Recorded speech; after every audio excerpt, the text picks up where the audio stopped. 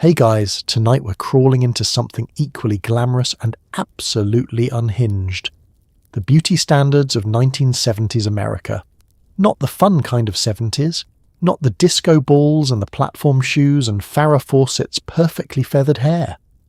Well, actually, yes, Farah Fawcett's hair is very much involved, but so is the fact that achieving it required the kind of heat and chemical exposure that would today get a salon shut down by 3 separate government agencies. So before you get comfortable, take a moment to like the video and subscribe, but only if you actually enjoy what I do here. And a genuinely warm, heartfelt thank you to the viewer who suggested tonight's topic. You know who you are, and so does the algorithm, and we are both grateful. Comments and suggestions like yours are genuinely what shape this channel, and every single one means more than you'd think. We're also now on Spotify, by the way. Link is in the description if you'd rather listen while you drift off on your commute or your couch or wherever it is you do your best unconscious thinking. Now, dim the lights, switch on a fan, pull something soft over you, and let's settle in. Because before we begin, I need you to really sit with a few questions. Have you ever wondered what it actually cost a woman in 1974 to look naturally beautiful? Did the women with perfect skin just have perfect skin, or were they, at this very moment, somewhere in a bathroom rubbing mercury cream onto their faces? Was the tan everyone chased in the 1970s something breezy and sun-kissed, or was it the result of sitting in a foil reflector chair in a backyard for 6 hours, with a glass of iced tea and a slow-building existential crisis? Was effortlessly thin actually effortless? Were women simply eating less? Or were they also taking prescription amphetamines prescribed by a doctor who asked 0 questions and had a very small waiting room? Did the women who smelled like Charlie Perfume and Aquanet feel powerful? Or were they just a little dizzy from the aerosol fumes? Congratulations. You've just woken up in 1973 America. You are a woman. You have a bathroom cabinet full of products that are doing absolutely nothing good for your body. You have a magazine on your nightstand with a cover model whose proportions are technically achievable only through a combination of crash dieting, strategic lighting, and a photographer who has been at this long enough to know exactly which angles to avoid. Your hair is either enormous or it is flat and wrong. There is no in-between. Good luck.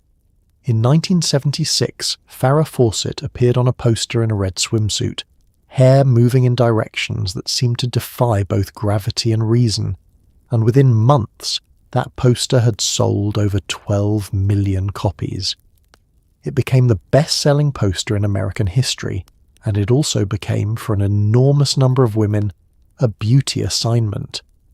The look, feathered, voluminous, sun-streaked, seemed natural in the way that only extremely constructed things can seem natural, because achieving it required hot rollers, a round brush, a blow-dryer cranked to its most aggressive setting, and ideally the bone structure of a former cheerleader from Houston. You did not simply wake up with Farah hair.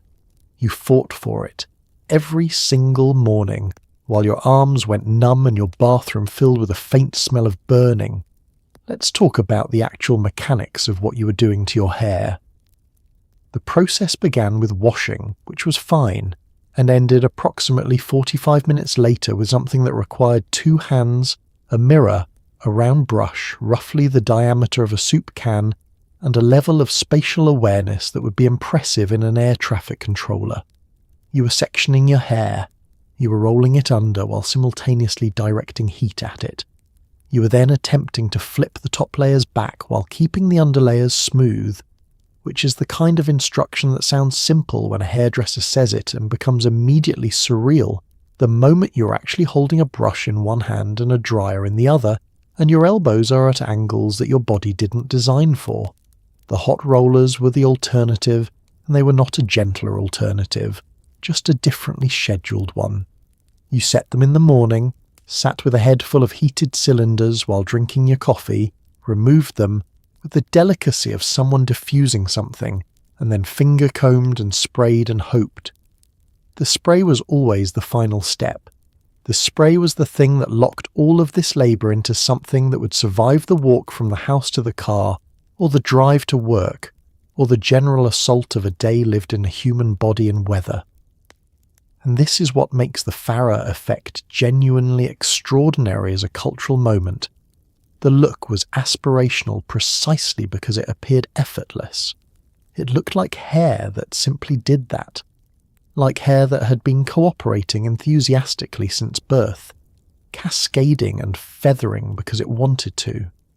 The entire 45-minute wrestling match, the singed ends, the arm fatigue, the 3 different products, all of it was supposed to be invisible.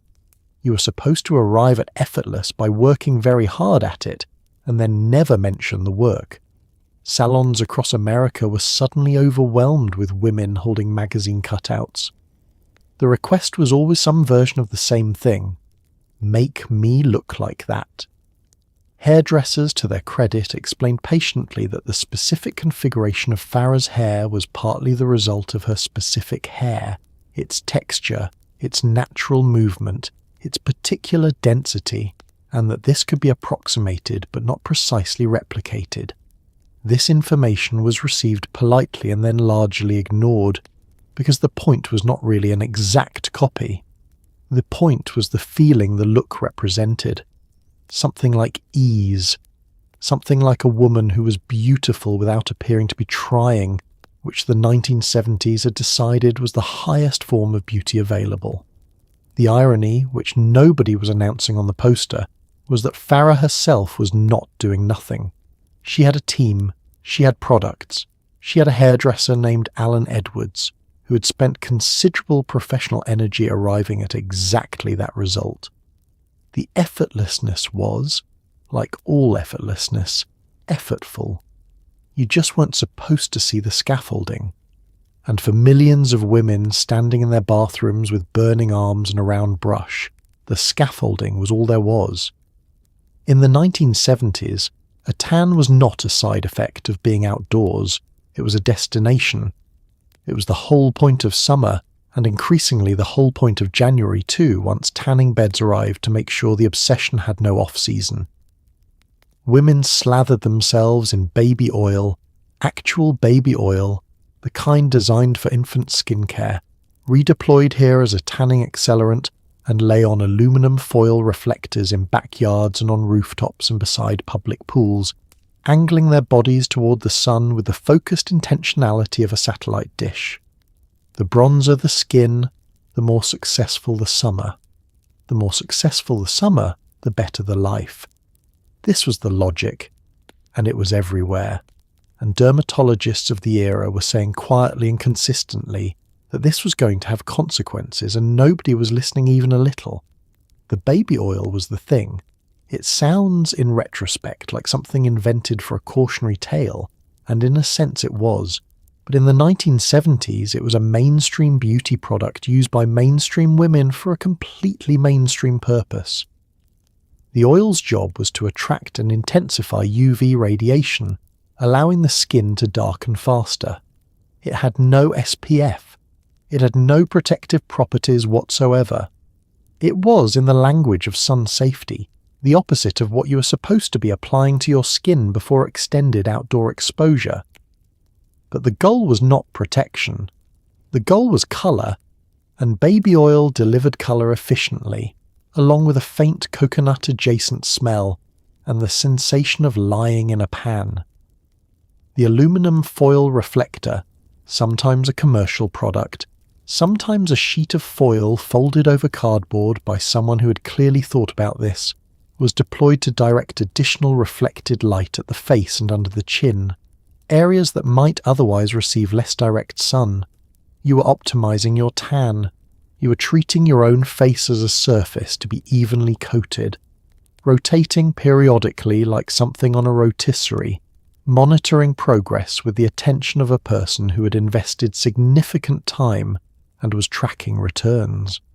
What was being communicated by a tan in this era was something specific. Tanned skin signalled leisure, the time and means to spend hours outdoors. It signalled health, or what was understood as health, which is not exactly the same thing. It signalled a kind of physical confidence, a body that was being displayed rather than covered, a summer being lived rather than endured. A pale woman in August read, in the cultural shorthand of the moment, as a woman who had not had a very good summer, or possibly as a woman who had simply not tried. The science, meanwhile, was doing what science does, which is accumulate evidence patiently until it becomes too loud to ignore. Researchers had understood the connection between UV exposure and skin damage since the 1930s. By the 1970s, the link between chronic sun exposure and both premature aging and skin cancer was well established in medical literature. Dermatologists gave interviews, papers were published. The information existed clearly and consistently in accessible form. The culture looked at this information, looked at the gleaming bronze ideal on the cover of every magazine, and chose the magazine. The consequences arrived on schedule. The women who had spent the 1970s baking in baby oil spent the 1990s in dermatologists' offices, looking at spots and lines and changes that had been developing quietly and systematically since those long afternoons on the aluminum reflector. The science had been right. It had just been extremely unpopular at the time. The 1970s were nutritionally a crime scene. Diet culture was not a subculture in this decade. It was the culture, baked directly into women's magazines, morning television, and the general understanding that a woman's body was something to be managed, reduced, and maintained at a size that required genuine effort to inhabit. The diets of this era had names that sounded almost cheerful: the Scarsdale diet, the grapefruit diet, the cabbage soup diet, and they shared a common architecture. Eat very little of one specific thing, lose weight quickly, feel triumphant, gain it back within 6 months and start again. The grapefruit diet, in particular, instructed followers to eat half a grapefruit before every meal, on the theory that some enzyme in the fruit would burn fat. There was no science behind this. There was never any science behind this. Nobody asked. Let's walk through a typical day on the Scarsdale diet, which was one of the more popular options of the era, developed by cardiologist Herman Tarnower and published in 1978. Breakfast was half a grapefruit. The grapefruit was everywhere, like a recurring character you hadn't asked for, plus 1 slice of protein bread, dry, no butter, and black coffee or tea with no sugar. Lunch was a cold plate of assorted sliced meats, which sounds reasonable until you consider that you were eating it on a body that had received approximately 200 calories since the previous evening, and was currently filing formal complaints with your nervous system. Dinner involved protein, a vegetable, and the kind of willpower that, in a more just world, would be recognized as a clinical achievement. You were eating, on a day like this, somewhere between 800 and 1,000 calories. The recommended daily intake for an adult woman doing moderate activity is roughly double that. You were, in the technical sense, starving yourself, gently, with a published meal plan and a supportive social environment, but starving yourself nonetheless. The weight came off because of course it came off. Severe caloric restriction produces weight loss reliably, which is the thing that made these diets appear to work, and which obscures the fact that what they were producing was not a sustainable metabolic change but a short-term response to inadequate fuel. The cabbage soup diet was its own particular experience. You made a large pot of soup from cabbage, onions, tomatoes, green peppers, celery, and determination. You ate this soup, in essentially unlimited quantities, every day for 7 days, along with a small rotating cast of permitted foods, a banana here, a baked potato there, beef on day 5 as a reward for surviving days 1 through 4. The soup itself was not unpleasant exactly at the beginning. By day 3 your relationship with it had become complicated. By day 5, the sight of the pot on the stove produced a feeling that could only be described as resigned. What these diets shared, beyond their caloric inadequacy, was a fundamental premise: that hunger was something to be managed, overridden, outsmarted, that the appetite was an enemy, that the correct response to your body requesting fuel was to provide it with something that technically fulfilled the request, while delivering as little actual nourishment as possible. This premise was not questioned. It was in fact celebrated. A woman who could white-knuckle her way through a week on cabbage soup was a woman with discipline. And discipline, the 1970s had decided, was a virtue worth admiring regardless of what it was in service of. If the grapefruit wasn't working, and it wasn't working, because of course it wasn't, there was always the pharmaceutical option, and in 1970s America, the pharmaceutical option was remarkably easy to access.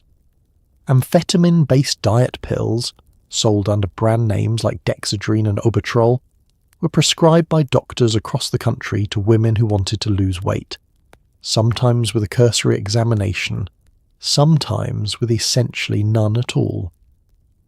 These were not fringe pills obtained from the back of a magazine. They were legitimate prescriptions, filled at ordinary pharmacies, taken by ordinary women who had been told by their doctors and their magazines and their mirrors that their bodies needed correcting. The pills suppressed appetite effectively, which was the point. They also caused insomnia, heart palpitations, anxiety and dependency, which was not mentioned in the same breath. The doctor's visit was often brief. You described your situation, you wanted to lose weight, you had tried dieting. The dieting had not produced the results you were hoping for, and the doctor, working within a medical culture that had not yet developed much skepticism about amphetamine-based appetite suppression, wrote you a prescription. This was not considered unusual. It was, in many practices and in many parts of the country, routine.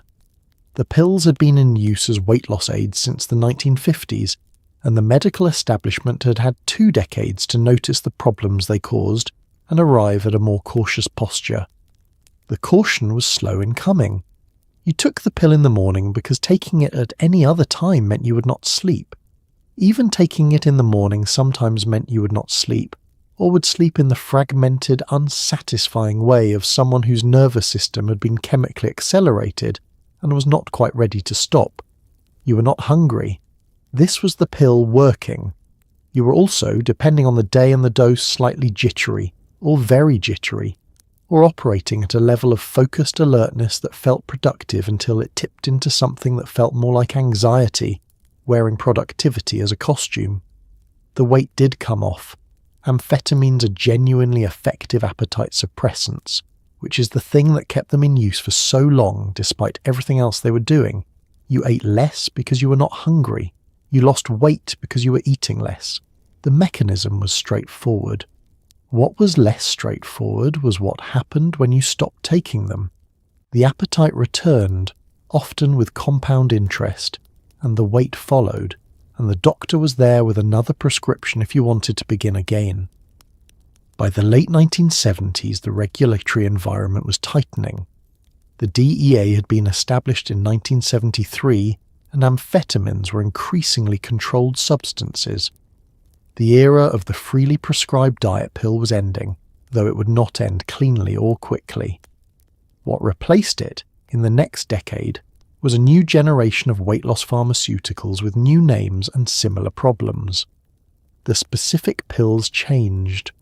The underlying transaction, a woman's discomfort with her body, exchanged for a chemical solution that addressed the symptom while creating new ones, remained remarkably stable. What is perhaps most striking, looking back at this era, is how completely normal all of it was. Women took speed to lose weight. Their doctors prescribed it. Their friends knew about it. Nobody was shocked. The shocking part, if you were living in it, was the body you had before the pills, not the pills themselves.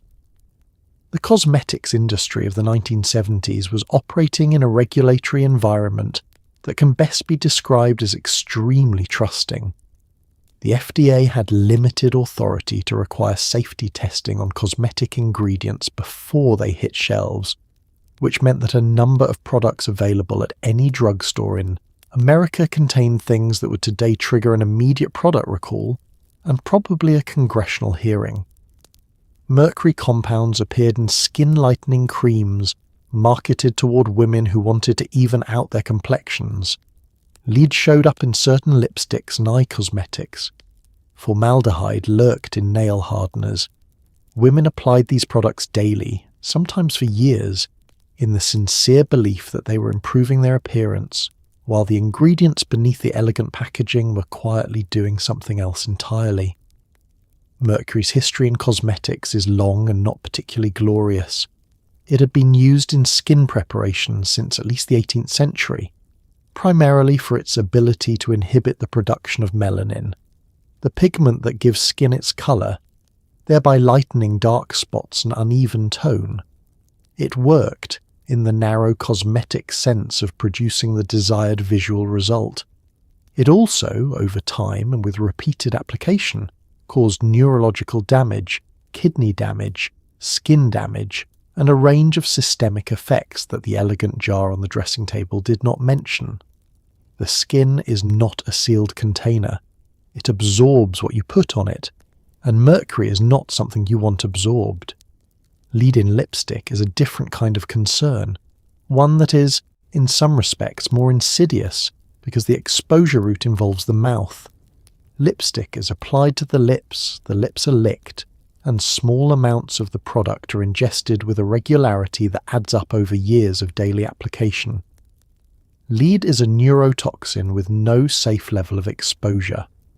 It was present in lipsticks of this era not as an intentional ingredient, but as a contaminant in the pigment compounds used to produce red and pink shades, an impurity that the industry was aware of and that the regulatory framework of the moment did not compel them to address. Formaldehyde in nail products was similarly low-key in its presentation. Nail hardeners containing formaldehyde were sold as treatments for weak or brittle nails, and they did strengthen the nail because formaldehyde cross-links proteins, which is also what it does to biological tissue when used as a preservative.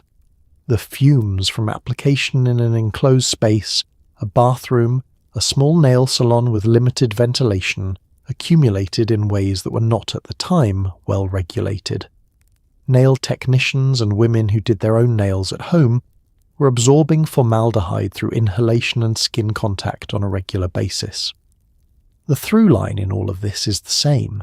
The regulatory gap was real, and the industry operated comfortably within it, not necessarily out of active malice, but out of the simple economics of a system that placed the burden of proof on regulators rather than manufacturers.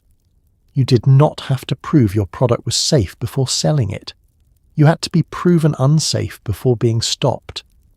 That is a slow process under ideal conditions, and the conditions were not always ideal.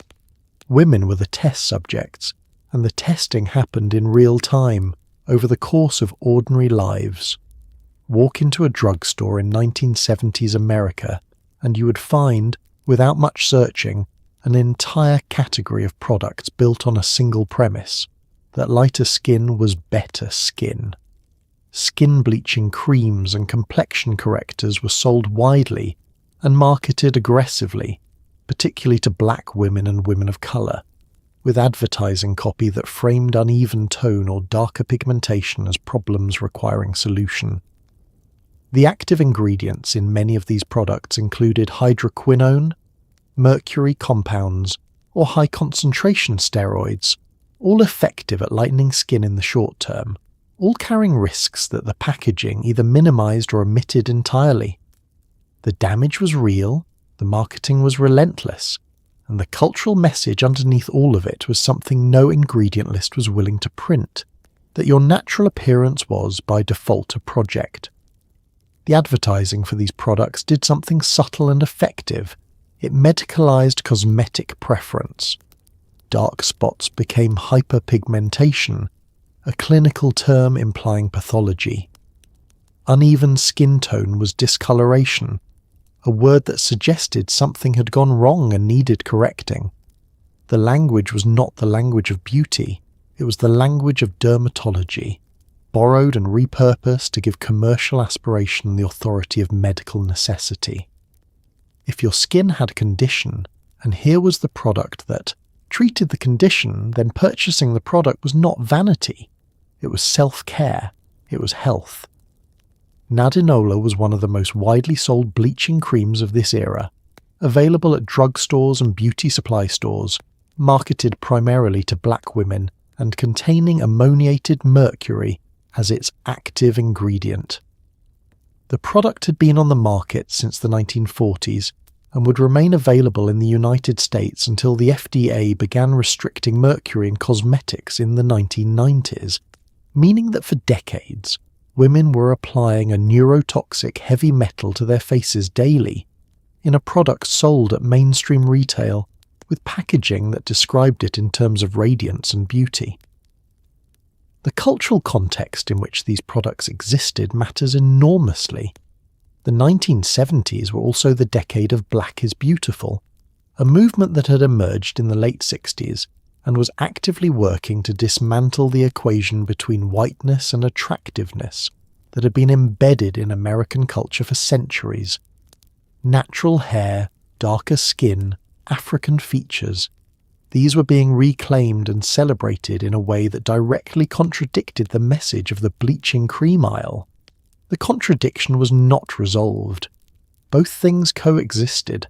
The movement that said your face was not a problem and the product that said it was. The women who used these products were not naive or uninformed in some simple sense. They were living inside a beauty culture that had been constructed over generations to tell them that approximating whiteness was the path to acceptability, professionally and socially, and many of them had encountered enough evidence of this in their actual lives to take the message seriously. The damage was not stupidity, it was a rational response to an irrational system, and the industry that profited from it bore a responsibility it was not called upon to acknowledge for a very long time. The girdle did not die quietly in the 1970s. It put up a fight. Having dominated women's underwear drawers for the better part of 4 decades, the foundation garment found itself suddenly fighting a cultural rearguard action against the women's liberation movement, which had opinions about compressing internal organs in pursuit of a slimmer silhouette. And yet the girdle persisted, rebranded, occasionally redesigned, sold now as a practical undergarment rather than a moral obligation, but still present, still squeezing, still reminding women at every social occasion and dinner party and office meeting that their bodies in their natural state were apparently not quite appropriate for public consumption. Women who had been raised wearing them often kept wearing them, because the alternative was feeling, as one might put it, underdressed in a way that had nothing to do with fabric coverage. The physics of a girdle are straightforward. You're redistributing soft tissue.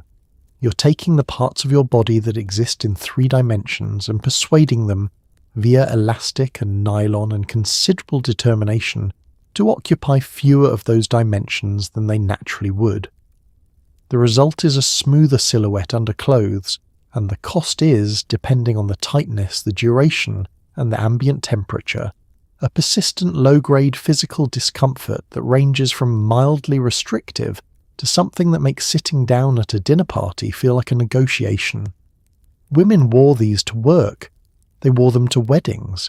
They wore them to events where they would be standing for 3 hours, and the temperature was not climate-controlled, and nobody was going to offer them an opportunity to sit on the floor and breathe.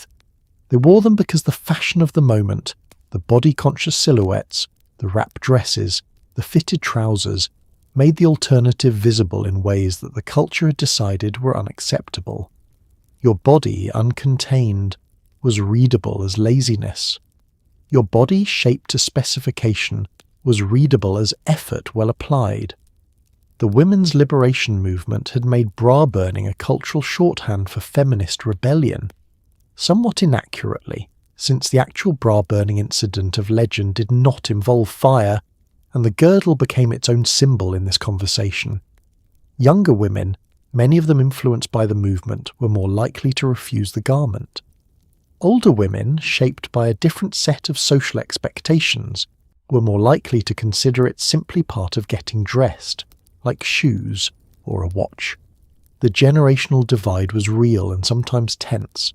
What replaced the girdle eventually was not freedom from compression, but compression with better branding.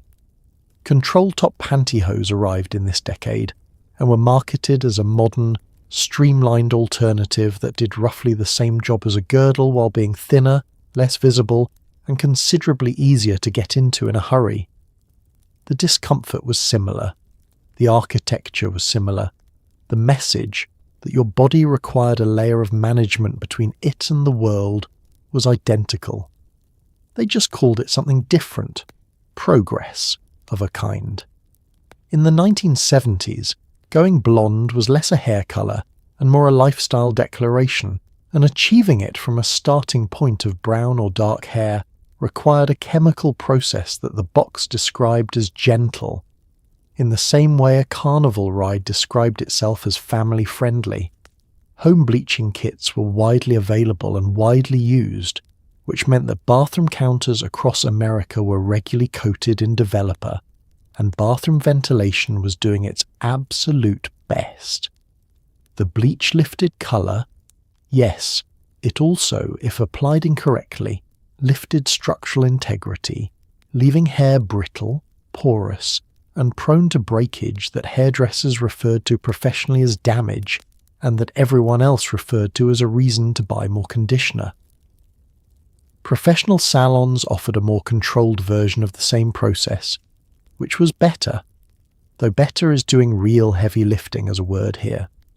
The process of bleaching dark hair to blonde is, in chemical terms, the process of stripping the melanin from the hair shaft using an oxidizing agent, typically hydrogen peroxide, in a concentration high enough to penetrate the cortex of the hair and break down the pigment molecules. The higher the starting darkness, the higher the concentration required, and the longer the process takes. Going from dark brown to platinum blonde in one session is the kind of project that hairdressers describe with the calm professionalism of someone who has seen things as not recommended. Going in stages is possible. Going in one afternoon is how you end up with hair that snaps. Home kits democratized the process in a way that was both empowering and mildly catastrophic. The kits came with instructions that were technically accurate but failed to account for the enormous variation in starting hair conditions, porosity, previous chemical treatments, natural texture that affected how the bleach would behave. You followed the instructions. The instructions told you to leave it on for 30 minutes. Your hair, which had been highlighted the previous summer and was therefore more porous than it appeared, had a different opinion about 30 minutes. The result was either not blonde enough, too blonde, or a colour that existed somewhere between yellow and orange that the box had not shown as an option, but that you were now fully committed to. Clairol dominated the home colour market in this era, and their advertising is a cultural artefact worth studying. Does she or doesn't she?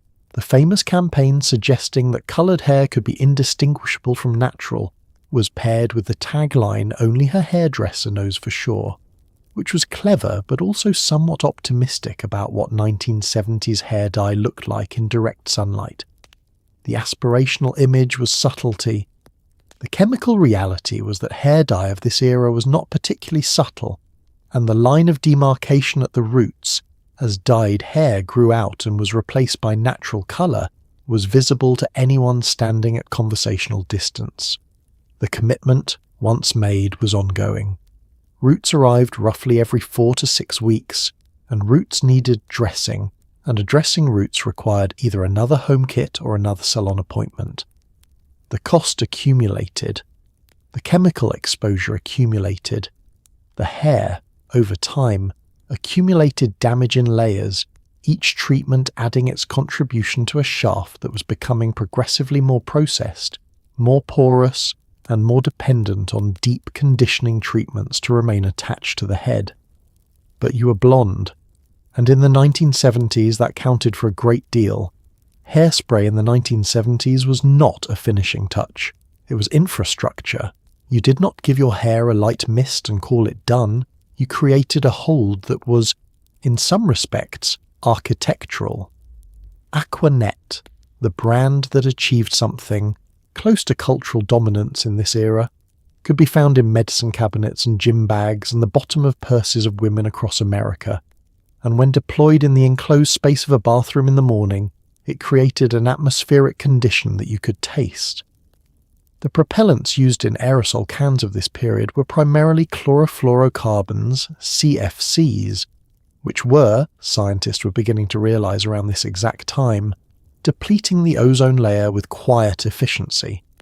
Women hairspraying their updos before a Saturday night out were, unknowingly and in aggregate, contributing to a global environmental crisis. This information, when it arrived, was not particularly well received. The hold provided by 1970s hairspray was genuine and not to be underestimated. This was not the flexible, brushable hold of modern products. This was a hold that treated your hair as a structure to be fixed in place, rather than a living material to be coaxed into a shape. You sprayed, and the hair stayed, and if the wind blew, the hair moved as a unit, the way a helmet moves, or a hat, rather than strand by strand the way unsupported hair moves. This was considered desirable. The alternative, in the cultural imagination of the era, was hair that looked like you hadn't tried, and not trying was worse than most other available options. Aquanet came in several formulations: regular hold, super hold, extra super hold, and the progression was not subtle.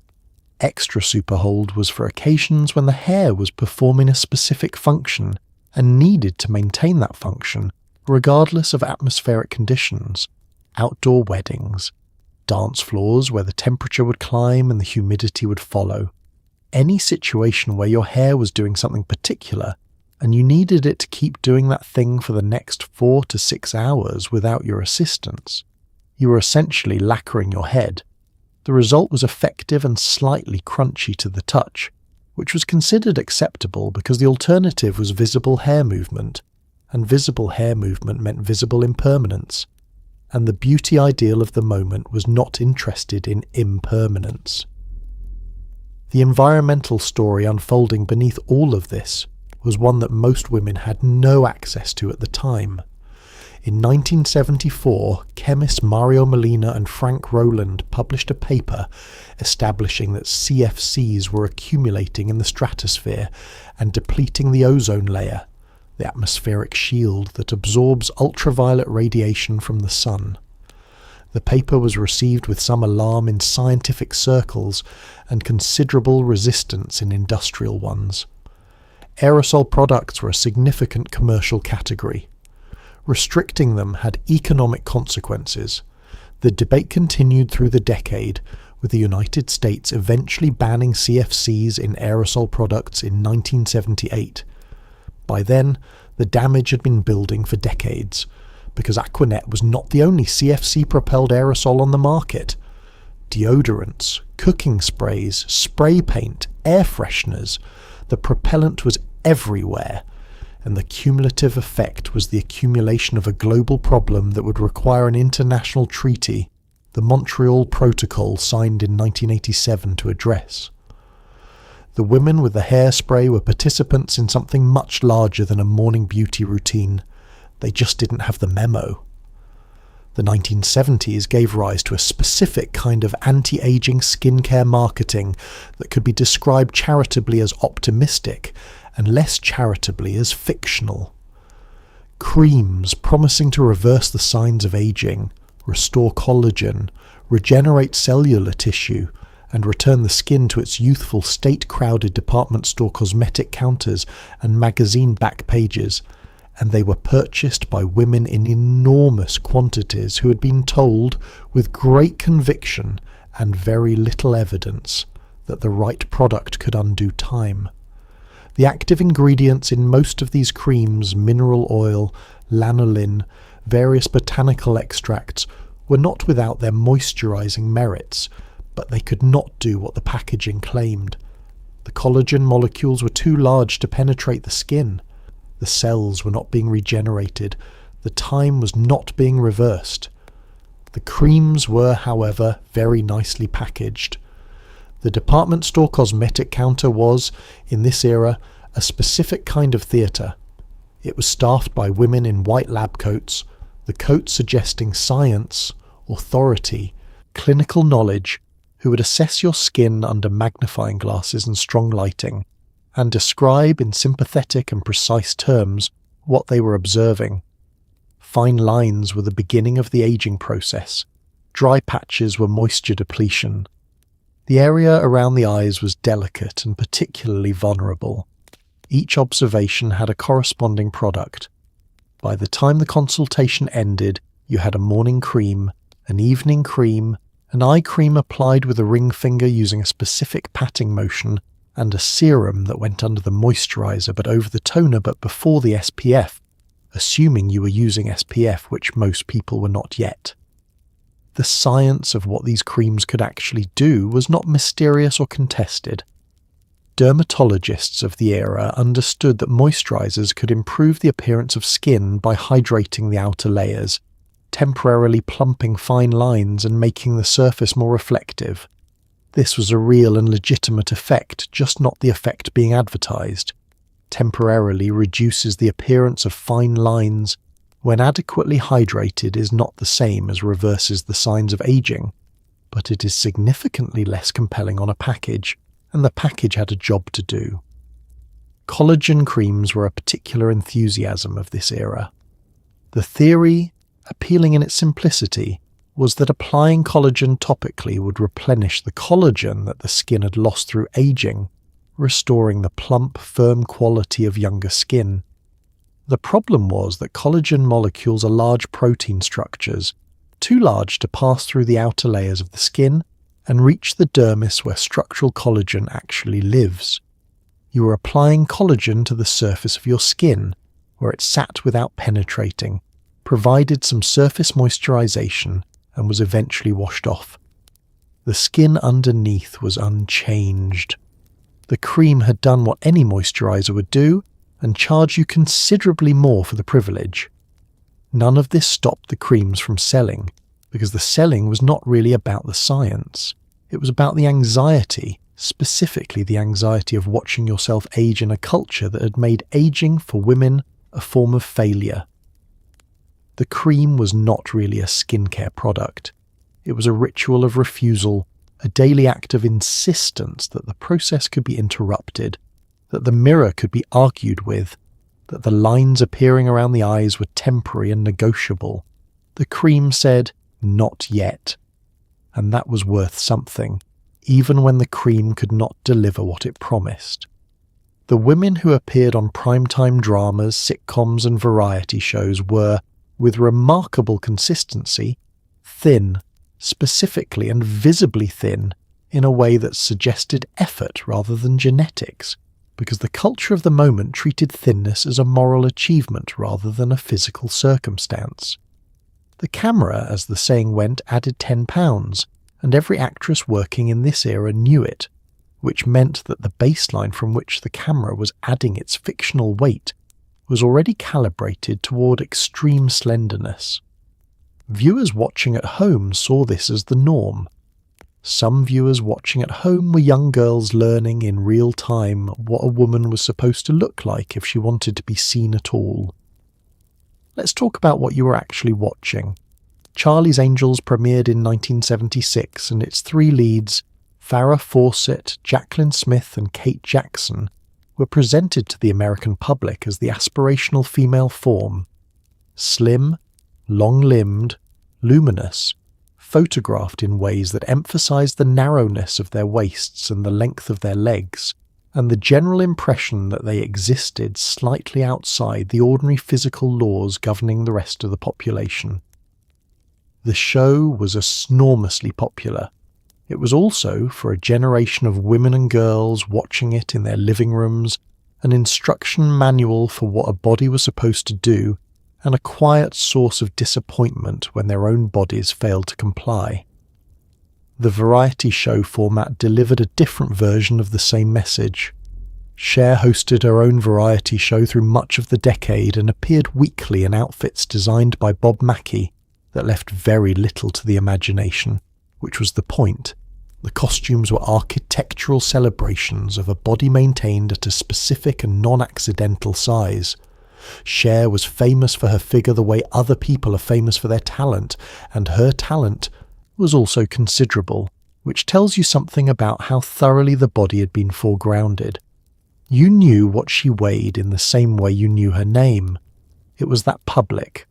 The sitcom offered a gentler but no less consistent version of the standard. The women of 1970s sitcoms, Mary Tyler Moore, Marlo Thomas, Valerie Harper, were thin with the practiced invisibility of people who had been thin for so long that their thinness no longer registered as effort. They were just thin, the way the furniture was just furniture. It was the background condition.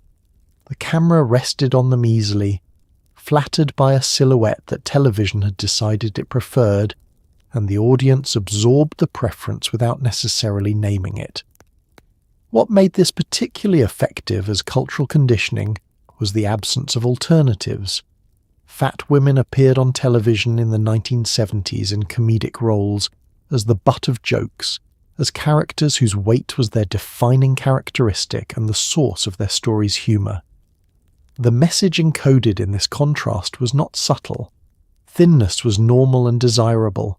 Fatness was an aberration and a punchline.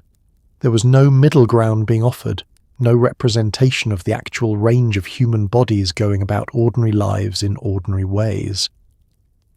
The girls who grew up watching this television were, by the time the 1980s arrived, statistically more likely to diet, more likely to express dissatisfaction with their bodies, and more likely to describe their ideal body as significantly smaller than their actual one. The research on media's role in body image was beginning to accumulate. Television had been delivering the same message every night in prime time for years. The audience had been listening. Cosmopolitan magazine under Helen Gurley Brown was many things, genuinely revolutionary in some respects, genuinely alarming in others, and consistently, relentlessly focused on the proposition that a woman's appearance was a project requiring active management and significant personal investment.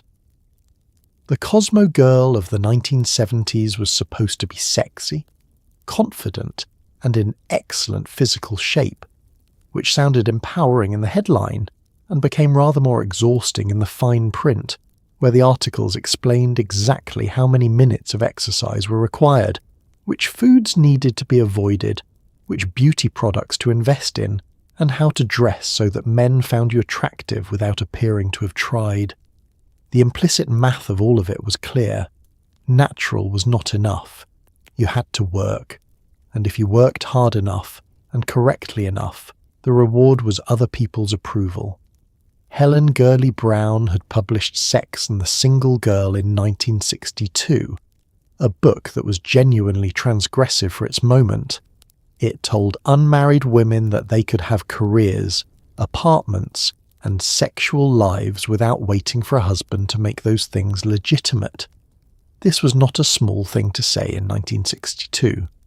By the time she took over Cosmopolitan in 1965 and transformed it from a struggling general interest magazine into the best-selling women's publication in America, she had built a particular brand of feminism, one that was absolutely in favour of women's independence and absolutely committed to the idea that independence looked better on a woman who was also attractive, thin, and impeccably put together.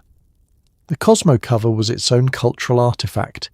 Every month a woman appeared on it, usually a model or actress, usually photographed in low-cut clothing, hair voluminous, expression suggesting a specific combination of confidence and availability, and the cover line surrounding her announced the contents within.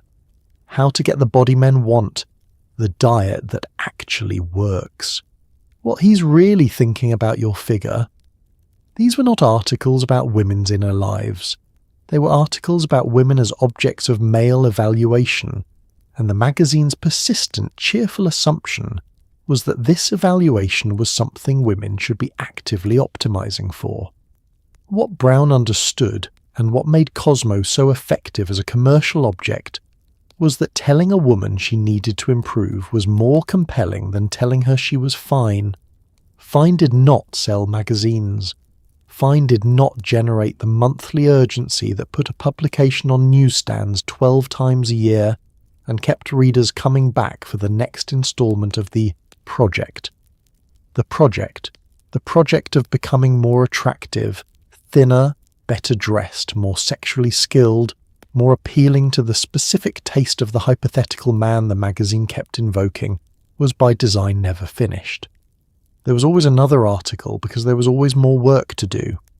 The readership was enormous and genuinely devoted, which makes sense because the magazine was also, in between the diet tips and the bedroom advice, publishing articles about women's careers, women's financial independence, women's right to pleasure and ambition.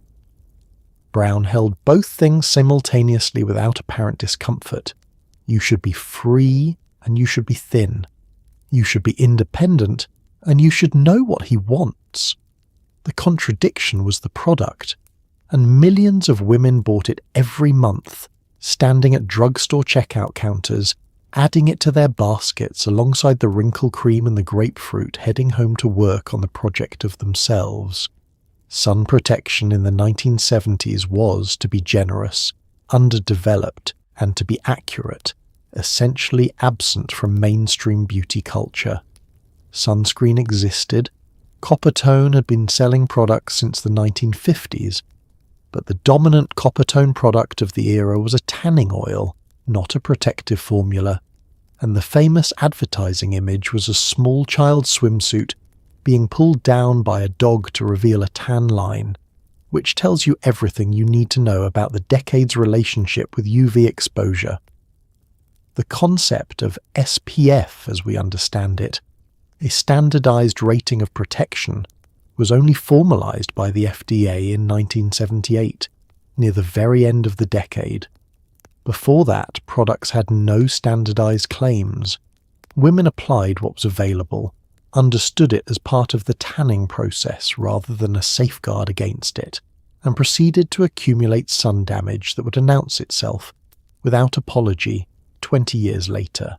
The beach bag of a 1970s woman going to the pool or the shore contained, with impressive consistency, a bottle of something designed to make her tan faster rather than burn less. Coppertone's tanning oil, Hawaiian Tropic, Bain de Soleil. These were the products being advertised in women's magazines, displayed prominently at drugstores, and applied liberally to skin that was about to spend 6 hours in direct sunlight. The marketing language was aspirational and tropical, golden, bronzed, sun-kissed, glowing. The language of protection, barrier, block, filter, was almost entirely absent, because protection was not the goal. The goal was colour, and the products had been designed to serve the goal. The few sunscreen products that did exist and did offer genuine UV protection were associated in the popular imagination with people who could not tan, redheads, very fair-skinned people, children who burned easily, rather than with sensible sun care practice for all skin types. Wearing sunscreen when you didn't have to was little like wearing a raincoat on a sunny day, technically available as an option, but not something most people were choosing. The idea that UV damage accumulated invisibly over time, that the skin was absorbing radiation and storing consequences that would not be visible for decades, was not part of the cultural conversation around sun exposure in any meaningful way. Dermatologists were having this conversation, but dermatologists were not writing the beauty columns in women's magazines, and the beauty columns in women's magazines were where most women got their information about skincare. The beauty columns were talking about moisturizers, about foundation, about the correct way to remove makeup before bed. They were not talking about UV radiation and DNA damage, because that was not the kind of information that sold advertising space next to copper tone. The consequences arrived with the predictability of anything that had been decades in the making. The women who spent the 1970s collecting tans spent the 1990s and 2000s sitting in dermatology offices, having spots biopsied and solar keratoses frozen, and, in some cases, skin cancers removed. Melanoma rates climbed steadily through the latter decades of the 20th century in direct correlation with the sun exposure patterns of earlier ones. The science had known.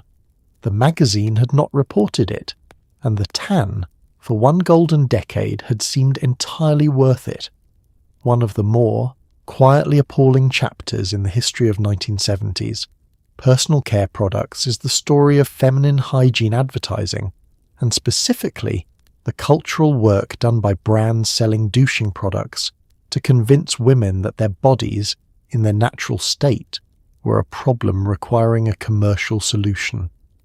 Advertisements for products like Massengirl appeared in mainstream women's magazines, framed around the anxiety that a woman might not be fresh, and that this lack of freshness was something a husband would notice and a woman should be embarrassed about.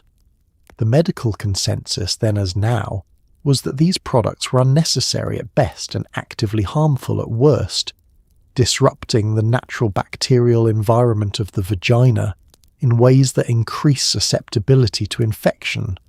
The products were sold anyway. The anxiety was more profitable than the reassurance. The advertising copy for these products deserves examination as a specimen of a very particular kind of persuasion. It did not sell pleasure or aspiration the way perfume advertising did. It sold fear, specifically the fear of being found inadequate by someone whose opinion mattered. The ads featured women in domestic settings, often with husbands or romantic partners nearby, and the text hovered around a kind of coded alarm. Are you sure? Are you certain? Have you taken care of it? It was never named directly, because naming it directly would have required confronting the fact that the product was addressing a problem that did not, in any medical sense, exist. The vagina is a self-cleaning organ. This is not a recent discovery.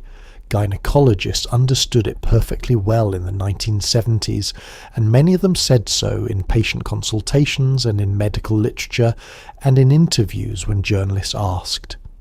The vagina maintains its own bacterial ecosystem, primarily lactobacillus, that keeps the environment acidic and resistant to infection. Introducing a douching solution disrupts this ecosystem, washing away the protective bacteria, altering the pH, and leaving the tissue more vulnerable to the infections it had been protecting against. Douching, in other words, created the problem it claimed to solve. The products were nonetheless purchased by enormous numbers of women, because the alternative, the anxiety that the advertising had so carefully installed, was worse than the discomfort of the product itself. This is how manufactured insecurity functions. It does not need to be logical. It needs to be persistent enough and socially reinforced enough that the cost of ignoring it feels higher than the cost of responding to it. The ads ran in Cosmopolitan and Ladies' Home Journal and Good Housekeeping. They ran alongside articles about being a good wife, being an attractive partner, being the kind of woman whose domestic life was orderly and whose personal presentation was beyond reproach. The context was the message. What is perhaps most clarifying about this particular chapter is that it illustrates, with unusual directness, the basic transaction of 1970s beauty culture. Find a normal feature of a woman's body, reframe it as a deficiency, sell a product that addresses the deficiency, and collect the revenue generated by the gap between what a woman was and what she was being told she should be. The gap, carefully maintained and regularly refreshed, was the product. The douching solution was just the invoice. Weight Watchers was founded in 1963, but the 1970s were its adolescence.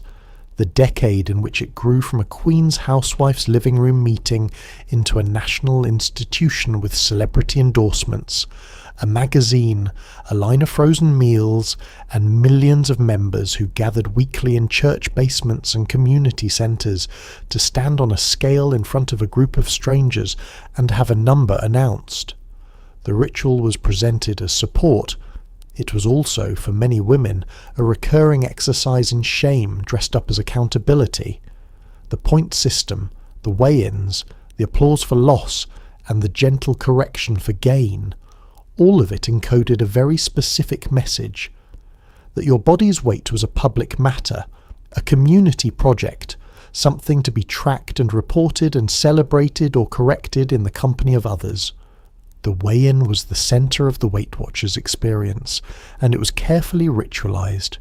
You arrived on the same day each week, at the same time if possible, wearing the lightest clothing available to you, having eaten as little as possible beforehand, and in some cases having taken additional measures, diuretics, extra water restriction, a slightly desperate pre-weigh-in jog, to ensure the number on the scale was as favourable as it could be. You stepped on. The number was red. It was compared to last week's number. The difference was the verdict. A loss was met with applause from the group, which was warm and genuine, and also slightly unnerving when you considered that a group of people was applauding your body shrinking. A gain was met with gentle concern and questions about what had happened this week, as if your body's normal fluctuation was an event requiring explanation and analysis. The leader, a Weight Watchers employee who had themselves lost weight on the programme and maintained the loss, ran the meeting with the practised warmth of someone managing a support group and the embedded authority of someone who had succeeded at the thing everyone in the room was trying to do. Success was thin. Thin was the leader. The message was structural and did not need to be spoken. This is what achieving looks like, and this is what you are working toward. The frozen meal line completed the commercial ecosystem. You could now purchase, at the grocery store, meals that had been pre-portioned and pre-calculated to fit within the programme's point framework. You did not need to measure or calculate. The work had been done for you. The meals were, by most accounts, nutritionally adequate and gustatorially austere, the kind of food that kept a promise about calories while making no promises about enjoyment. You ate them because they were correct, not because you were hungry, not because they gave you pleasure, but because they were the right number, and the right number was what mattered. What the Weight Watchers model encoded was a permanent relationship with surveillance, specifically self-surveillance, conducted with the help of a community and a product line. Your body was not something you inhabited and trusted. It was something you monitored, managed and reported on weekly to a group of women who understood because they were doing the same thing. The intimacy of this was real. So was the damage, which arrived quietly over years in the form of a deepening conviction that the body's natural hunger was not trustworthy, that eating required calculation rather than appetite, and that a week without a weigh-in was a week spent drifting dangerously without accountability. The 1970s saw the beginning of what would become, in the following decade, a full-blown aerobics industrial complex, but the seeds were planted here in the form of jazzercise, which Judy Shepard Missett launched in 1969, and grew steadily through the 70s into a franchise operating out of living rooms, school gymnasiums, and anywhere else that had a tape deck and 6 feet of clear floor space. The movement was in many respects genuinely joyful, women dancing together, getting stronger, feeling good in their bodies. But the marketing that grew around it, and around exercise culture more broadly, quickly reframed fitness not as health, but as aesthetics. You were not exercising to be strong, you were exercising to be smaller. The goal was a particular silhouette, and the workout was the labour you performed to achieve it. The jazzercise class of the 1970s took place in a space that smelled of vinyl flooring and optimism, and it was led by an instructor whose enthusiasm was both genuine and slightly alarming at 7 in the morning. You were doing jazz-influenced choreography set to popular music, which was fun in the way that dancing is always fun, and which produced real cardiovascular benefits, and which burned calories, and the calorie burning was, in the language used to describe and sell the classes, the point. You were not there to dance. You were there to earn something. The dancing was the method. The smaller body was the goal. The leotard was the uniform, and the leotard made the body visible in a way that gym clothes before it had not. You were exercising in something that left no ambiguity about your shape, in a room full of mirrors, surrounded by other women in the same situation, with an instructor at the front who looked the way you were supposed to look once the program had worked. The mirrored wall of the exercise studio was doing double duty. It let you check your form, and it let you check your progress, and it made both of those the same kind of looking. You were watching your body perform and simultaneously watching your body exist, evaluating it from the outside while inhabiting it from the inside. Jane Fonda would not release her famous workout book until 1982, but her influence on the cultural conversation about women and exercise was already building through the late 70s, and the shape of what was coming was visible in the direction the conversation was moving. Exercise for women was being systematically reframed from a health activity or a recreational one into a beauty practice, something you did in the service of appearance, scheduled into your week alongside the salon appointment and the skincare routine, contributing to the same project by a different method. The women who went to jazzercise in the 1970s were, in many cases, genuinely enjoying themselves. The enjoyment was real. The community was real. The physical benefits were real. What was also real was the framework surrounding all of it, the language of burning and earning and shaping and toning that quietly told them the enjoyment was not the point. The point was the outcome, and the outcome was a body that more closely approximated the one on the magazine, the one on the television, the one in the Cosmos centerfold that was theoretically achievable with sufficient dedication.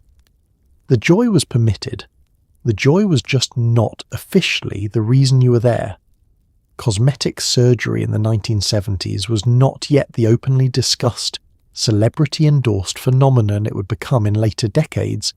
It was still something that happened quietly, whispered about between women who'd had it and women who were considering it, often attributed afterward to a rest or a wonderful new cream. Rhinoplasty was the most commonly performed cosmetic procedure of the era, and it had a specific aesthetic logic. The nose that needed fixing was typically one that read as ethnically distinct: Jewish, Italian, Eastern European, Irish, and the nose that replaced it was smaller, straighter, and more generic. The surgery was presented as self-improvement. What it often was, underneath the bandages, was erasure. The conversation around cosmetic surgery in this decade happened in the spaces between what was said and what was meant. A woman who had had some work done had not had some work done. She had had a rest. She was looking rested. The fresh brightness of her face after a facelift was attributed to a trip somewhere warm, or a new moisturizer, or simply the kind of general rejuvenation that happens when a person finally takes care of themselves. The secrecy was not accidental. Admitting to cosmetic surgery meant admitting vanity, which was socially unacceptable in a way that being vain was not, because the culture was perfectly comfortable with women spending significant money and effort on their appearance as long as the effort remained invisible. The nose job was the procedure most openly discussed, partly because the results were visible in a way that was hard to attribute to moisturizer. A woman who had a prominent nose in September and a neat, straight nose by January had not discovered a new skincare routine. Her friends knew. Her colleagues suspected. The conversation around it was careful, complimentary, oblique, never directly naming the procedure unless the woman herself did, which many did not. The new nose was simply noted as an improvement, in the same register that a new haircut or a flattering dress might be noted, and then incorporated into the updated understanding of what she looked like now. The surgeons performing these procedures in the 1970s were working with tools and techniques that were considerably less refined than what exists today. The rhinoplasties of this era tended toward a specific result: the small, upturned, characterless nose that appeared across countless before and after photographs because the technique of the moment produced that result reliably. What it did not always produce was a nose that looked natural on the face it now occupied, or one that preserved the patient's ability to breathe comfortably, or one that aged gracefully over the following decades. The complications of 70s cosmetic surgery were numerous, and often not discussed with patients in advance, because the culture of informed consent in elective surgery was still developing. The women who sought these procedures were not suffering from delusion or vanity in any simple sense. They were living in a culture that had told them, in consistent and mutually reinforcing ways, that their faces were being evaluated constantly, that the evaluation had consequences, and that the features inherited from their parents and grandparents were negotiable if they had access to a surgeon and could afford the fee. The surgery was a rational response to real social pressure. It was also, often, the permanent alteration of a healthy body to meet a beauty standard that would shift in the following decade, leaving the altered nose in place long after the standard that had motivated it had moved on. The enforcement mechanisms for 1970s beauty standards were not formal. There were no laws, no official penalties, but they were real, and women who opted out of the expected performance of femininity encountered them regularly. A woman who didn't shave her legs was making a political statement, whether she intended to or not, and would be treated accordingly, stared at, commented on, described as radical or aggressive or most damningly unattractive. A woman who didn't wear makeup to her office job was perceived as not taking her professional presentation seriously. A woman whose weight fell outside the acceptable range in either direction became, in the social imagination, a problem to be solved or a subject to be pitied. The standards were everywhere and invisible, the way air is everywhere and invisible, and opting out of them required not just a decision, but a daily tolerance for the consequences of that decision. The workplace was where the enforcement was most concrete and most consequential. Women entering professional environments in the 1970s, and more women were doing so than ever before, entering law, medicine, business, and government, in numbers that would have been unimaginable a generation earlier, discovered that professional credibility was tied, in ways that were never formally articulated but were widely understood, to the performance of a specific kind of femininity. You needed to look professional, and professional meant groomed in a particular way. Hair styled, face made up, clothing that signalled effort without signalling too much effort, body maintained at an acceptable size. The woman who arrived at work without makeup was not, in the professional culture of this decade, simply a woman who preferred not to wear makeup. She was a woman who had made a visible choice that her colleagues and supervisors would interpret and evaluate. The interpretation was rarely neutral. Unmade-up faces were read as careless, or tired, or indifferent to the impression one made on others, and indifference to impression was a professional liability in environments where managing relationships was part of the job.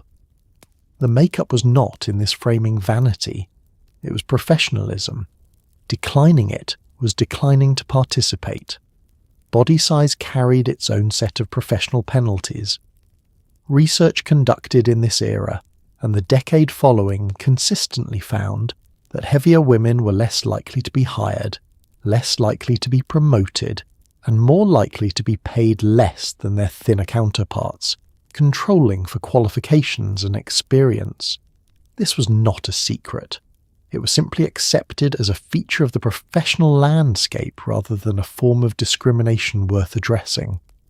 The woman who was passed over for a promotion that went to a thinner and comparably qualified colleague was unlikely to identify weight discrimination as the cause, because weight discrimination was not part of the vocabulary for describing professional injustice. It was just how things were. Outside the workplace, the enforcement was social and continuous. The woman who stopped shaving her legs in 1973 was making a statement aligned with the women's liberation movement, and the response she received from family, neighbours, and strangers was calibrated to the statement she was making. Some responses were supportive, many were not. The body hair on a woman's legs, in this cultural moment, was not neutral. It was political, and the politics were contested, and the contest happened on her body, in public, every time she wore a skirt or shorts. She had not simply stopped shaving, she had chosen a side. In 1968, Philip Morris launched Virginia Slim cigarettes with the tagline, "You've come a long way, baby," and the campaign was aimed directly at women, positioned smoking as an act of liberation and modernity, while also, with considerably less fanfare, exploiting the appetite suppressant properties of nicotine. The message was layered and efficient. Smoking was glamorous, smoking was feminist, and smoking would, as a useful side effect, help you stay thin. The connection between cigarettes and weight control was not invented by the tobacco industry. It had been circulating since the 1920s, when Lucky Strike ran ads instructing women to reach for a Lucky instead of a Sweet. But the 70s campaigns refined it into something slicker, more culturally sophisticated, and more precisely targeted at a generation of women who'd been told that their bodies were a project and were now being sold a tool for the project that would kill them. Virginia Slims were designed to look different from existing cigarettes, which were marketed primarily to men. They were longer, thinner, the name was not accidental, and packaged in a way that suggested elegance rather than the rough sociability of the masculine smoking image. The advertising featured young, attractive women in independent modern settings, at work with friends, in clothes that suggested money and confidence. The tagline, "You've come a long way," connected the cigarette to the genuine and significant progress women had made in the preceding decades toward equality, implying that this cigarette was somehow part of that progress. Smoking this cigarette was a feminist act. Smoking this cigarette was freedom. The appetite suppression was real. Nicotine is a stimulant that raises metabolic rate and suppresses appetite, and smokers, on average, weigh less than non-smokers, a fact that was well known and frequently cited in the 1970s, both by the tobacco industry and by women who smoke specifically for this reason. The weight management rationale for smoking was not a fringe belief or a misunderstanding. It was an accurate description of one of nicotine's pharmacological effects, deployed deliberately by an industry that understood it was selling a product that would cause cancer and had decided to sell it anyway by emphasizing benefits while minimizing harms. Women's smoking rates climbed through the 1970s as the marketing found its target.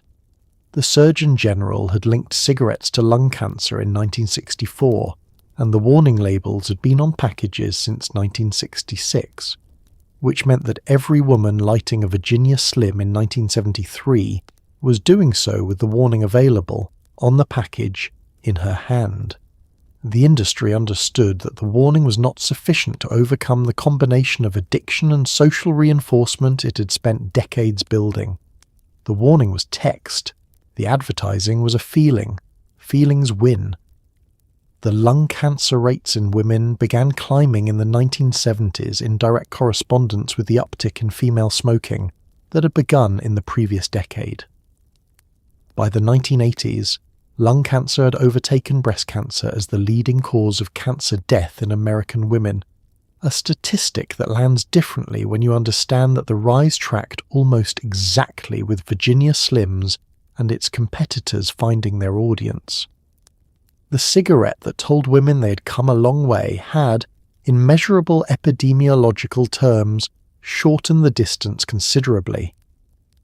One of the more quietly exhausting beauty trends of the 1970s was the natural look, a style premised on the appearance of wearing no cosmetics at all, which required in practice a specific and somewhat demanding set of cosmetics applied with careful precision. Foundation had to be matched exactly to your skin tone so as to appear to be your skin. Blush had to mimic the colour of actual exertion without suggesting that any exertion had occurred. Eyes had to appear bright and defined without appearing to have been worked on. Lips had to look like lips, only better.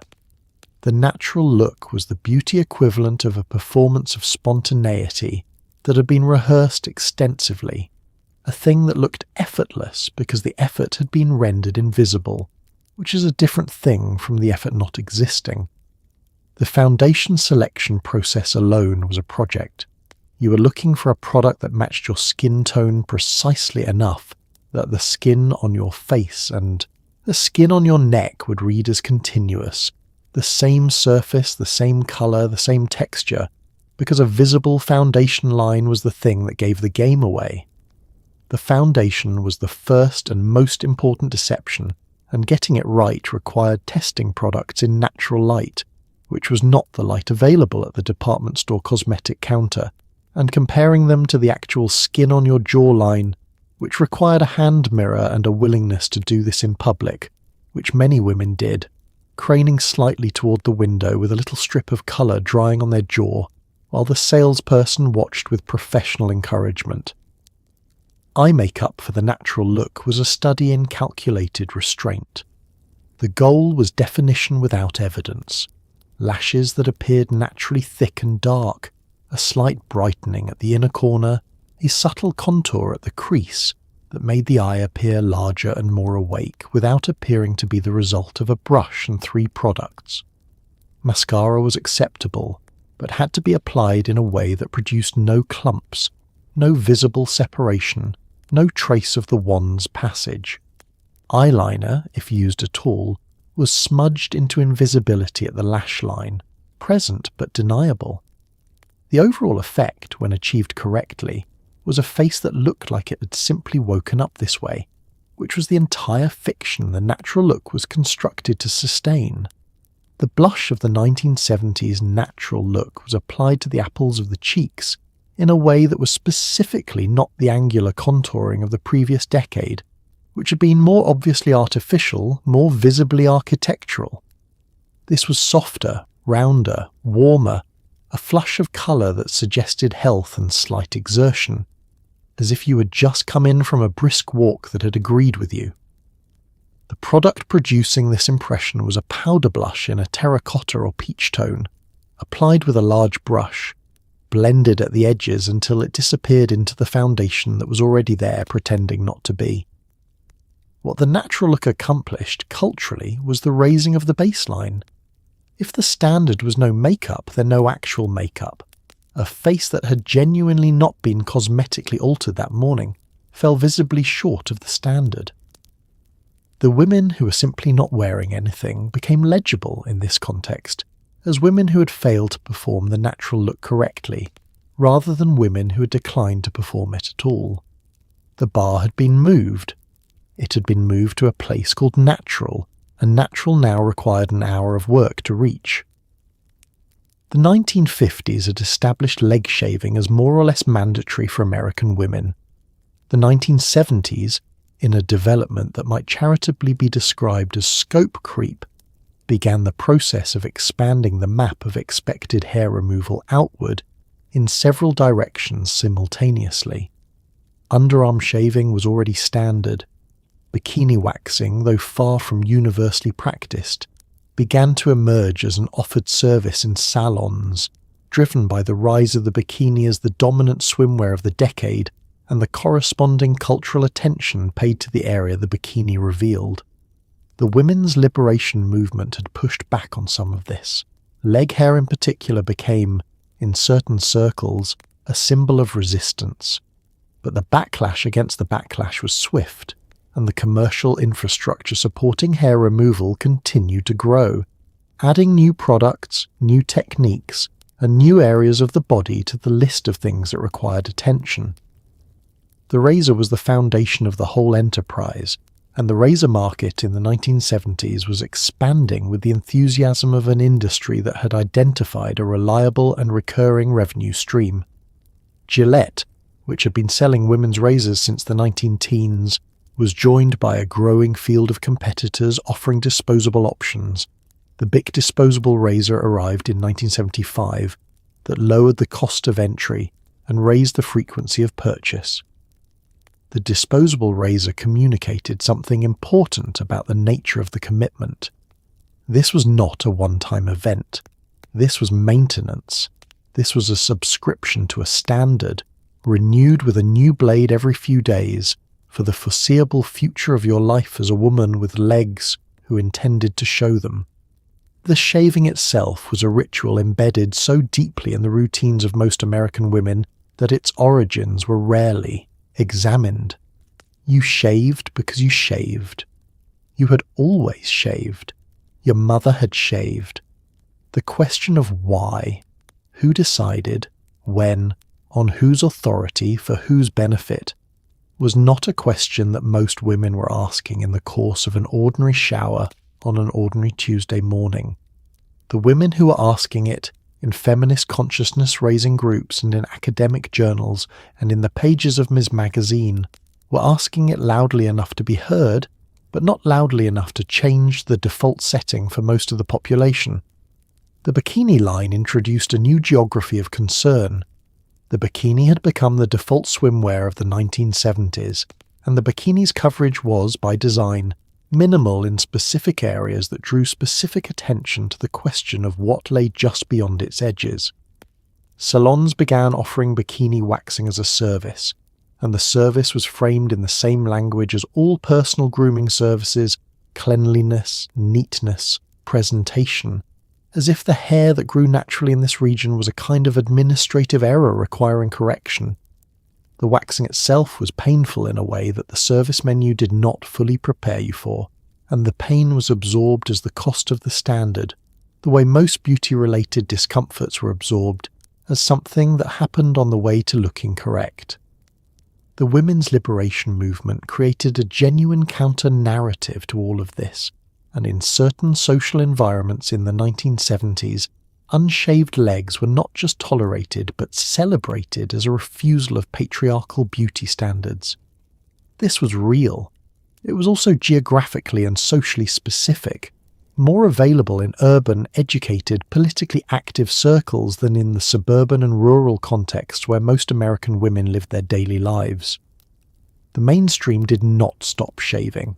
It expanded the territory. And the map of what required attention kept growing, quietly and without announcement, into the decades ahead.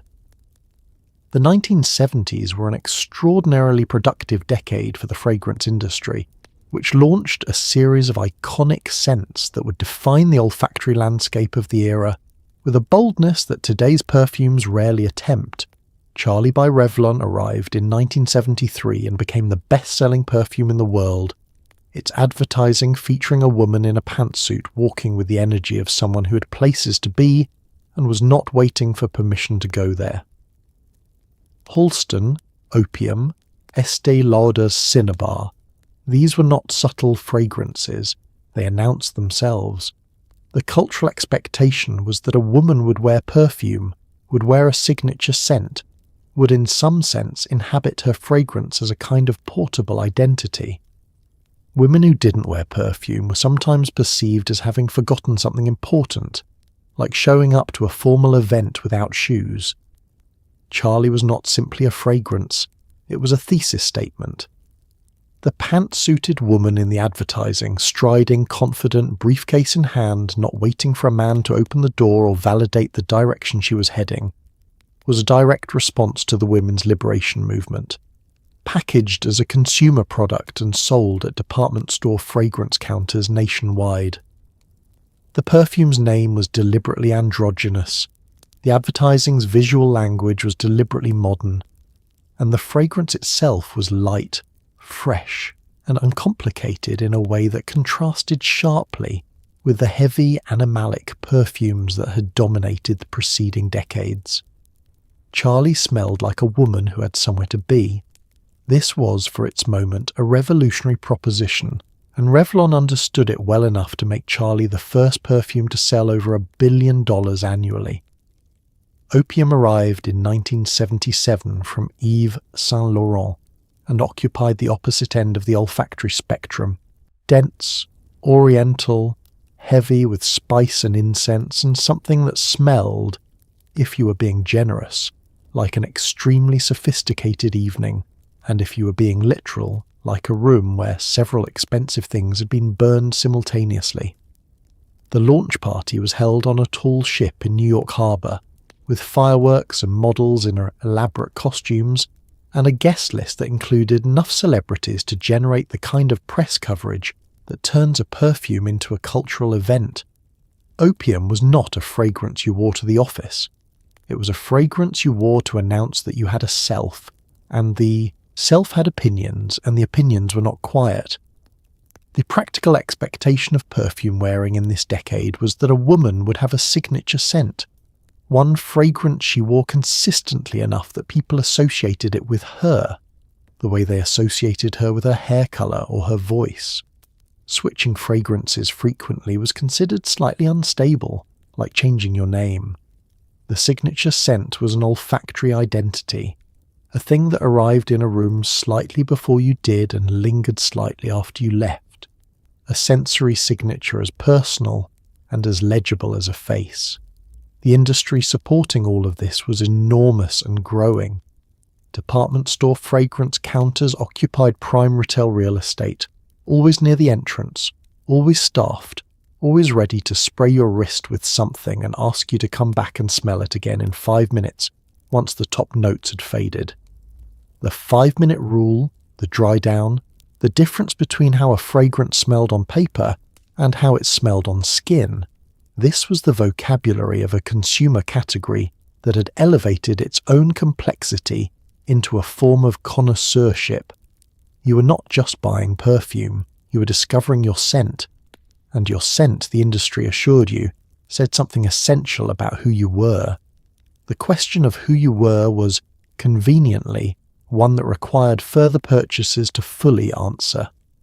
The mainstream beauty standards of the 1970s were, with very few exceptions, constructed around white women's features, straight or wavy hair, Eurocentric facial features, skin tones in a narrow range, and then marketed to all women as universal ideals. Black women, Latina women, Asian women, and indigenous women encountered a beauty industry that either ignored them entirely or asked them to spend money and effort approximating an appearance that was not theirs to begin with. The afro had emerged in the late 1960s as a powerful political and cultural statement, a direct refusal of the straightening and chemical processing that black women had long been expected to perform to make their hair presentable by white standards. In the 70s, the conversation continued, complicated, contested, and never fully resolved, about what it meant to be beautiful in a country that had designed its beauty ideals for one kind of woman and expected everyone to comply. The hair relaxer industry was, in the 1970s, a significant commercial enterprise built on a straightforward premise that black women's natural hair texture was something to be chemically altered before it was publicly presentable.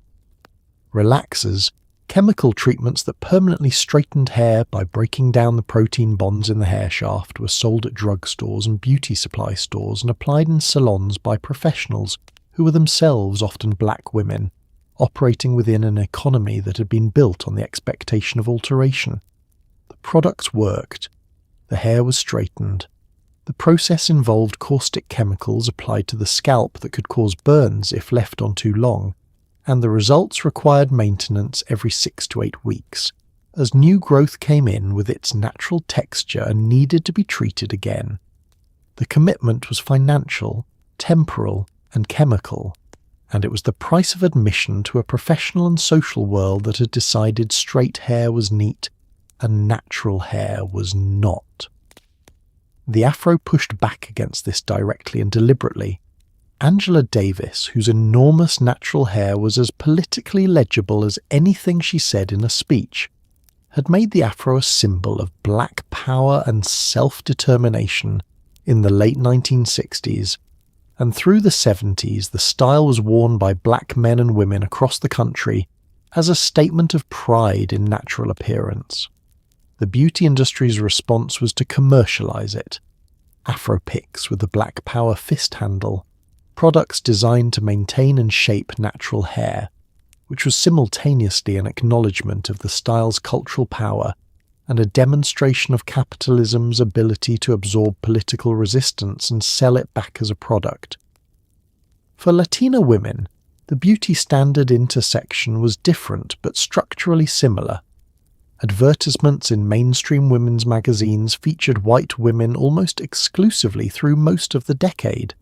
Spanish-language media operated on its own track, with its own beauty standards that were not identical to Anglo ones, but were equally specific about skin tone, hair texture, and body shape. Asian women navigated a beauty industry that had, in this decade, precisely no infrastructure for their features, no foundation shades for their skin tones, no eye makeup designed for their eye shape, no advertising that reflected their faces as desirable or aspirational.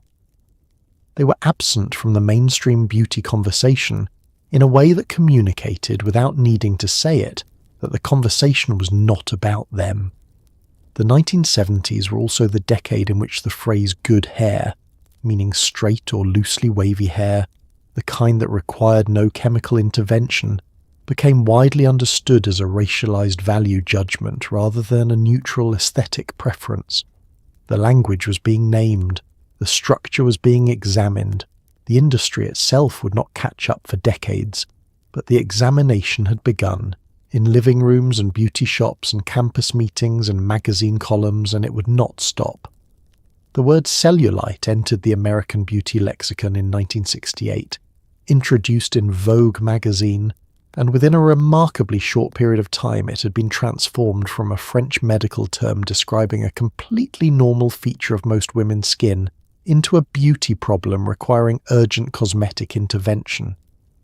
This was not an accident. The emergence of cellulite as a category coincided almost perfectly with the development and marketing of products claiming to treat it. Firming creams, specialized massage techniques, body wraps, and dietary supplements all appeared in its wake, generating an industry that had not existed before the problem was named. The science on most of these treatments was, to put it kindly, thin.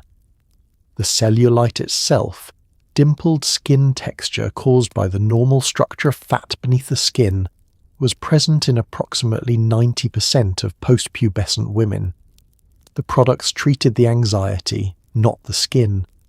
The biology of what was being called cellulite is worth understanding, because understanding it illuminates how thoroughly the problem had been fabricated. Beneath the skin, fat is stored in chambers separated by fibrous connective tissue bands called septi. In women, these bands tend to run perpendicular to the skin surface, and as fat cells fill the chambers, they push upward against the skin while the bands hold firm, creating the dimpled, uneven texture that was now being called cellulite. This is the normal anatomical structure of female fat storage. It is not a medical condition. It is not caused by poor diet, insufficient exercise, inadequate hydration, or any of the other lifestyle factors that the products claiming to treat it suggested were responsible. It is simply how women's bodies store fat, in a pattern determined by hormones and genetics that is almost universal. None of this information appeared in the magazine articles announcing cellulite as a problem. The articles described it instead as a toxic accumulation beneath the skin, a sluggish build-up of fat, water and waste products that required active intervention to disperse. The language was clinical and alarming, toxins, accumulation, sluggish circulation. The treatments proposed matched the diagnosis: vigorous massage to improve circulation, specialized creams to penetrate the skin and break down the deposits, dietary changes to reduce the toxins, exercise regimens specifically designed to target the affected areas. None of these treatments addressed anything because there was nothing to address, but the appearance of a mechanism made the treatment seem logical, and logic made them purchasable. The body wrap was a particular enthusiasm of this era, a salon treatment in which the body was coated in a cream or solution, and then wrapped tightly in bandages or plastic sheeting, and left to, theoretically, lose inches as the treatment worked on the problem areas. Women emerge from these treatments genuinely smaller in circumference, temporarily, because the wrapping had caused water loss through perspiration and compression. The inches returned within hours as the body rehydrated. The salon charged for the temporary measurement. The client returned for another treatment. The cycle was economically elegant and physiologically meaningless. What 1970s cellulite culture accomplished, in the longer arc of beauty standards, was the extension of the body project downward from the waist. The thighs and the buttocks, areas that, in earlier decades, had been covered by clothing and exempted from the most intense cosmetic scrutiny, were now a zone of concern, a region with a named condition and a corresponding product category and an accompanying anxiety that would only grow more elaborate in the decades ahead. The skin of the thigh was now officially something that could be wrong, and anything that could be wrong could be sold a solution. The 1970s codified something that had been building for decades in American beauty culture: the idea that a woman aging was a woman failing. Wrinkles were not the natural consequence of a life lived in sunlight and expression. They were signs of aging, a phrase that loaded a biological process with the grammar of warning and alarm, as if the face were a battlefield report from a war being lost. The anti-aging industry, which would become one of the most profitable segments of cosmetics by the end of the century, was establishing its foundations in this decade, building the vocabulary, the anxiety, and the product categories that would sustain it for generations. Older women in advertising were largely absent unless they were selling denture cream or laxatives. The message was clear. Visible age was something to fight, hide, or at minimum apologize for, and the beauty industry was prepared to sell you the weapons. The word anti-aging was, in the 1970s, just beginning its ascent toward the ubiquity it would later achieve, but the concept was already fully operational. Face creams had been promising youth restoration since the early 20th century, and by the 70s the promise had been refined into a specific vocabulary: firming, lifting, regenerating, restoring. Each word implied a direction: up, back, toward something earlier, and each direction implied that the current state was wrong and the previous state was correct. Your face at 50 was a deviation from your face at 30, and the deviation was a problem with a product solution. This framework required no justification because it had been restated so many times in so many magazines and advertisements that it had achieved the status of obvious truth. The cosmetic counter-consultations of this era were, in many cases, organized around age as a deficiency.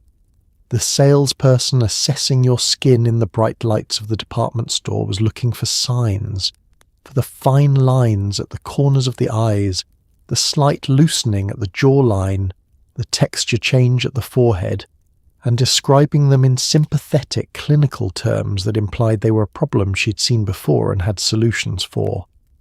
The solutions were expensive, and they were organized by age bracket in a way that formalized the equation. The older you were, the more you needed, the more you should spend, the more complex your routine should become to manage the expanding list of things going wrong with your face. Men aging in this cultural moment were not subject to the same accounting. The silver-haired man at the party was distinguished. The The silver-haired woman was either elegant, if she'd achieved it in a specific and effortful way, or aging, which was a different category entirely. The double standard was not new.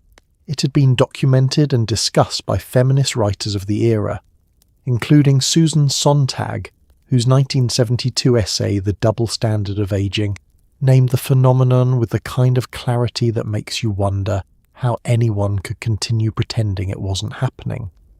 People continued pretending it wasn't happening. The industry that benefited from it had no incentive to stop. The women who bought the anti-aging products in the 1970s were not all victims of false advertising in any simple sense. Many of them knew the creams did not reverse time. Many used them anyway, because the ritual of application was its own comfort, the daily act of attention paid to the face, the small ceremony of care that said, "This matters, you matter." The face looking back from the mirror is worth tending to. The product was sometimes the least important thing about the routine. The routine itself was the thing. But the industry collected money for the product and left the comfort, quietly and without credit, to the women who had figured that part out on their own. Twiggy had arrived in America in the late 1960s weighing approximately 91 pounds, and the fashion and modelling industries had received her like an answer to a question they hadn't known they were asking. By the 1970s, her legacy was baked into the aesthetics of fashion photography, runway modelling, and the editorial pages of every major women's magazine. The ideal model body was extremely thin, angular, long-limbed, and existed in a nutritional state that anyone with a functioning metabolism would find difficult to maintain. The women hired to model clothes were, in many cases, existing on diets that would today be recognized as clinically concerning. This was understood, within the industry, as a professional requirement, the cost of doing business in a field that had decided that clothes looked better on bodies with no body in them. The modelling industry's preference for extreme thinness had an internal logic that its practitioners articulated consistently. Thin bodies were neutral surfaces, blank canvases on which clothes could be displayed without the distraction of the body itself. The body was supposed to disappear inside the garment. Curves, in this logic, were distractions. They pulled the eye away from the drape of the fabric, the cut of the jacket, the specific intention of the designer. A very thin body receded, the clothes advanced.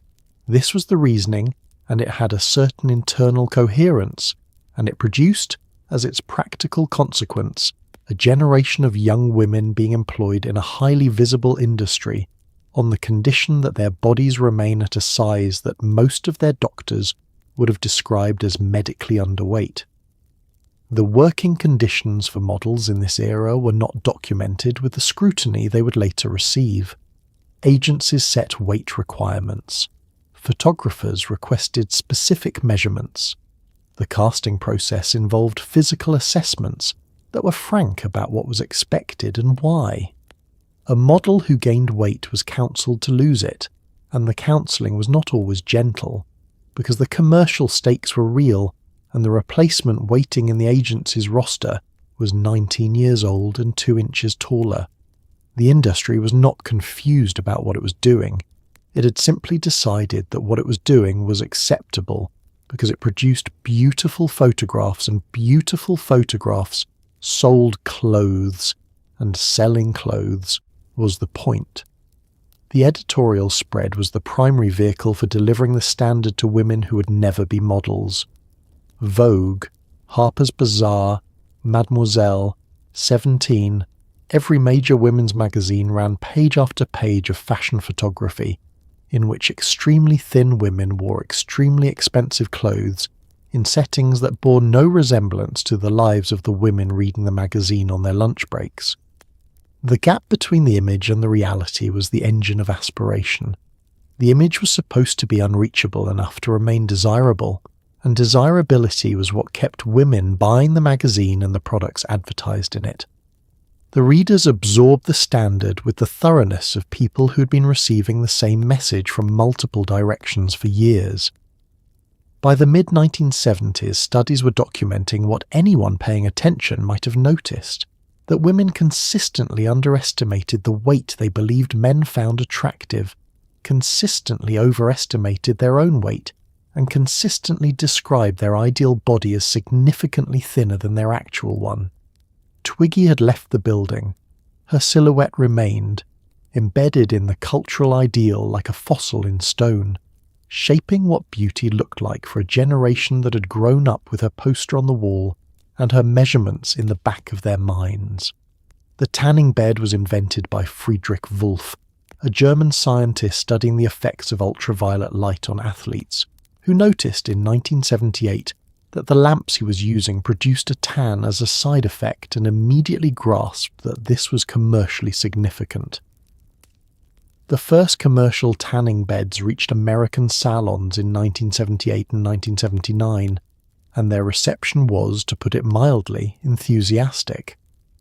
The tan that had previously required summer and geography, you needed sun, and sun required either the right season or the right latitude, could now be acquired in 12 minutes in a strip mall in January in Minnesota.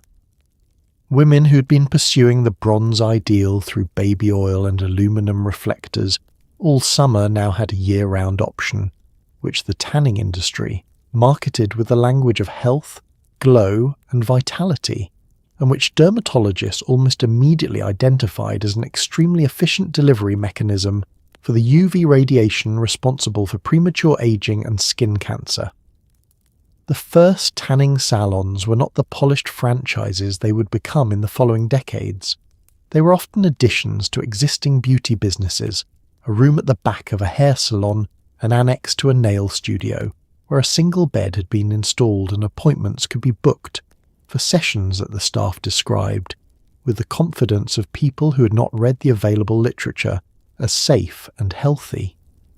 The beds emitted primarily UVA radiation, which penetrates deeper into the skin than the UVB radiation responsible for visible sunburn. UVA does not burn.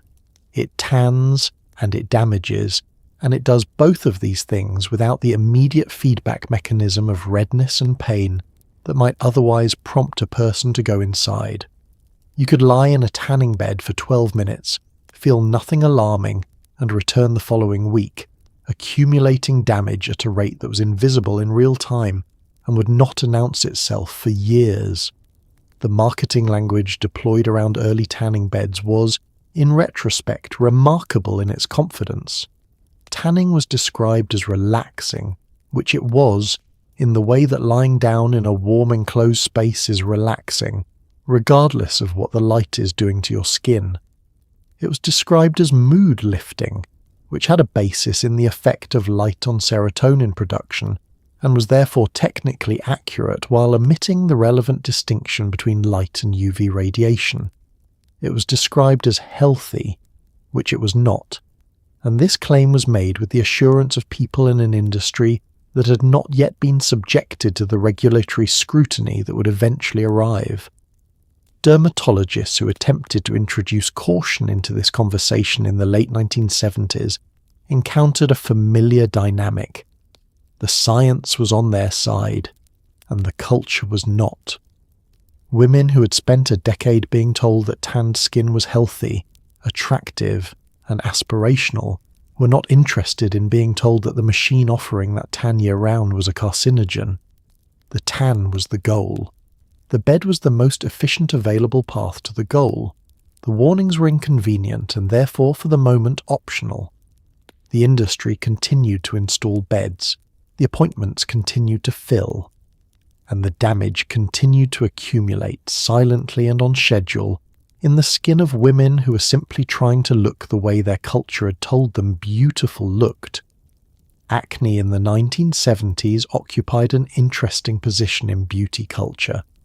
It was common, it was normal, it was extremely well understood to be a hormonal condition with no reliable simple solution, and it was nonetheless treated in the popular imagination as something a person could control if they were simply disciplined enough about their diet and hygiene. Young women with acne were advised to wash their faces more, eat less chocolate and fewer fried foods, advice that had no meaningful scientific support, and to use over-the-counter products containing benzoyl peroxide and salicylic acid at concentrations high enough to cause significant drying and irritation. Prescription options included tetracycline antibiotics, which worked reasonably well, and Retin-A, introduced in 1971, which worked very well but caused the kind of peeling and redness that made patients look, temporarily, considerably worse. The dermatologist visit was considered a luxury. Suffering through it was considered standard. The cultural weight of acne for a young woman in the 1970s was substantial because it existed at the intersection of several powerful anxieties simultaneously. It was a visible deviation from the smooth, flawless skin that every beauty magazine presented as the baseline of acceptable female appearance.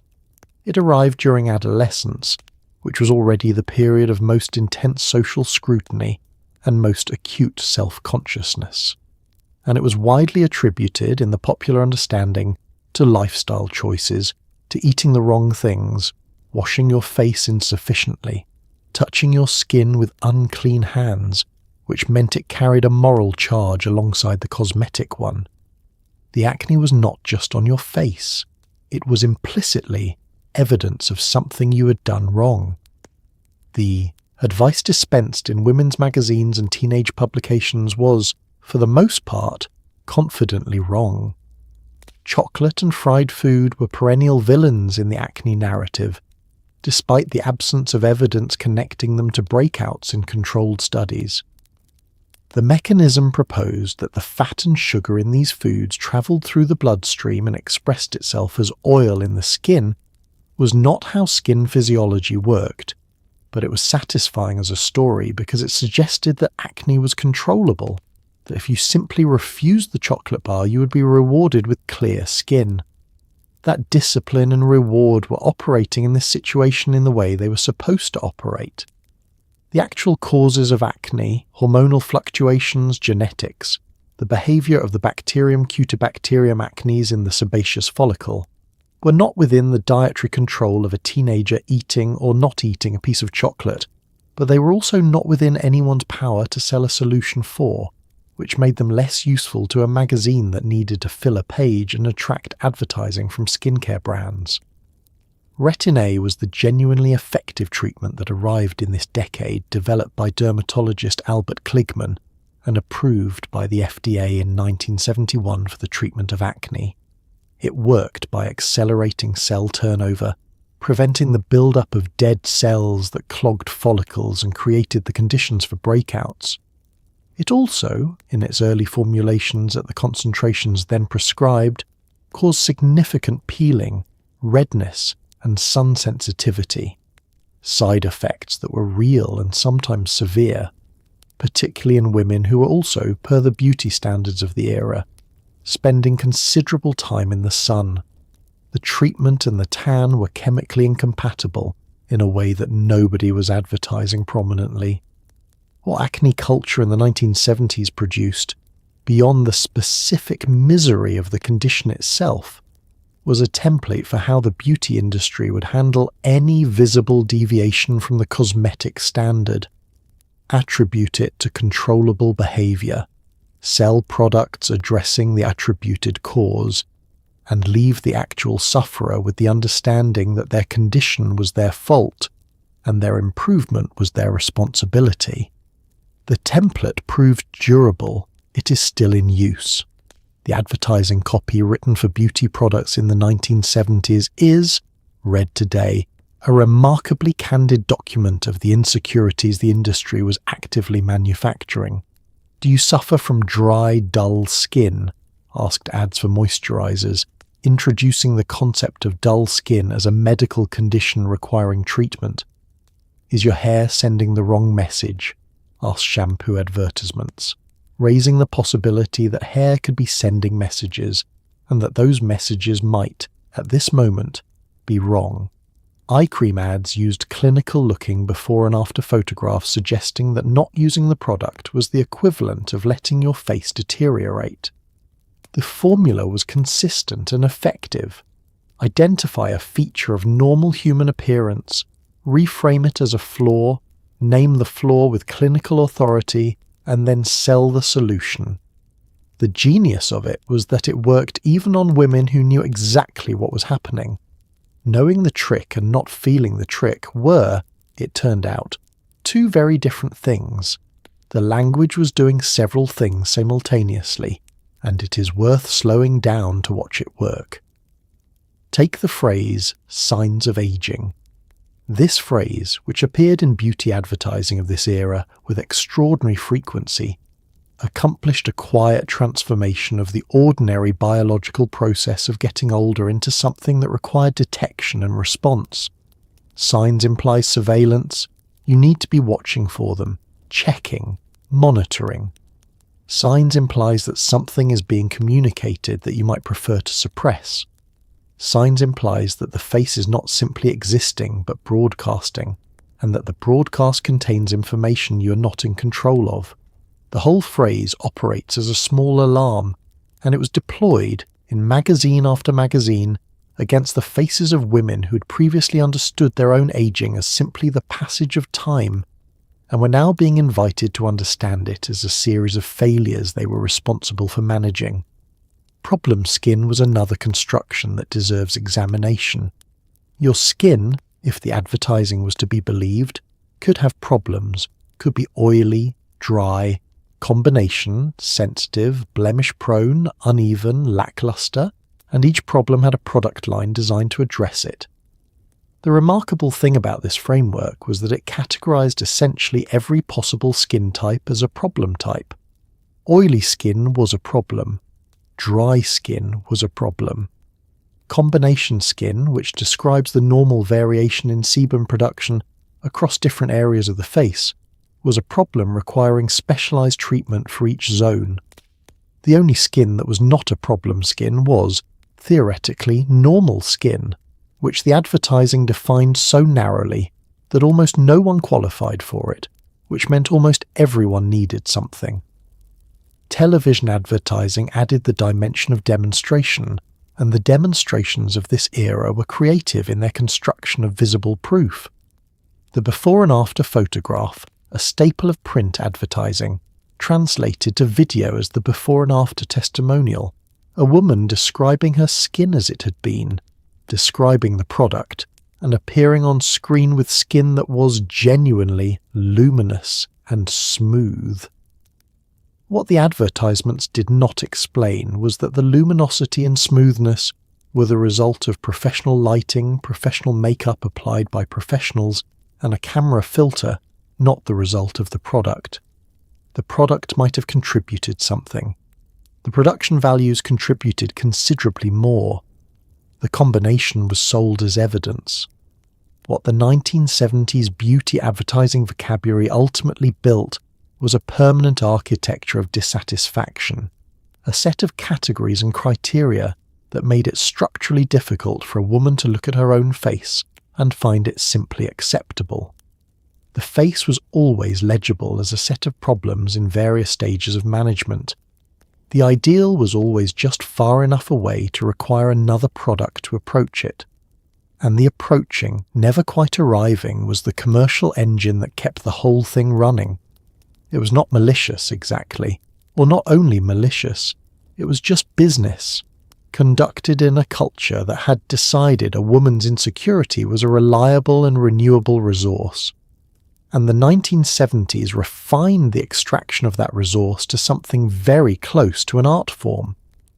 The women who came of age in the 1970s absorbed beauty standards that told them, with remarkable consistency, and from a remarkable number of directions, that their natural bodies were a starting point requiring significant improvement. Many of them internalized this message so thoroughly that they passed it on, not out of cruelty, but out of the sincere belief that they were helping, to the daughters and nieces and students who came after them.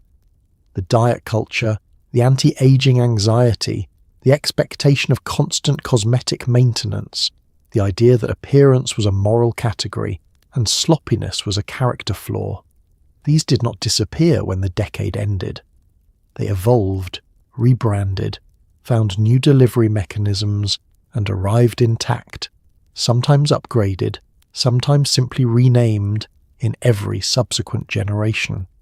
The 1970s did not invent these pressures, but it gave them a particular shape, a particular vocabulary, and a particular ferocity that echoes, if you know where to listen, right up to the present moment. The diet industry that crystallized in the 1970s, with its weigh-ins and its point systems and its vocabulary of earning and cheating and getting back on track, became the foundation for everything that followed. Weight Watchers grew into a global enterprise. The specific diets changed every few years, cycling through names and mechanisms while keeping the underlying architecture intact. Your body is a problem. Food is a variable you control. The scale is the verdict. The 1980s added aerobics and diet pills with new brand names. The 90s added low-fat everything, and then fat-free everything, removing fat from food and replacing it with sugar and calling it health. The 2000s added cleanses and detoxes. The 2010s added wellness, which was diet culture in athleisure. The language evolved. The transaction did not. The anti-aging industry that the 1970s built is now one of the largest and most profitable segments of the global economy. The wrinkle creams of this era that promised to reverse time and delivered moisturization have been replaced by serums containing retinoids and peptides and growth factors that do more and cost considerably more, and the promises have been refined by regulatory pressure into language that is more careful but structurally identical. These products will make you appear younger. The assumption underneath that appearing younger is the goal, that the older face is a problem, that the correct direction of travel is backward, was installed in this decade and has not been seriously interrogated by an industry that profits too substantially from its continuation.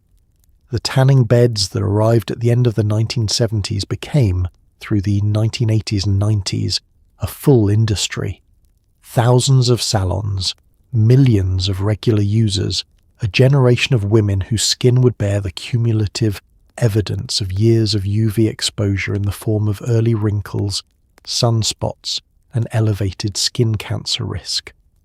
The industry continued to grow even as the evidence accumulated, because the standard it served, the tan as health, the tan as beauty, the tan as the correct state of a woman's skin in summer, had been so thoroughly installed that dislodging it required decades of public health campaigning. The FDA finally moved to regulate tanning beds as moderate risk devices in 2014. The standard had been set in 1973. What you're carrying, if you grew up in any of the decades that followed this one, is the vocabulary. The language of problem skin and signs of aging and getting back on track and natural beauty that requires significant effort to achieve, this is the air the 1970s breathed into the culture, and it is still the air.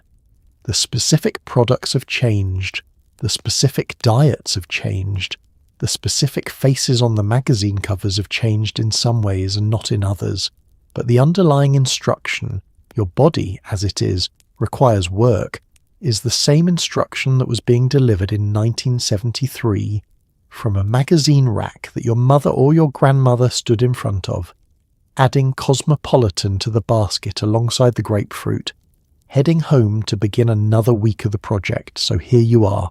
You made it through the decade.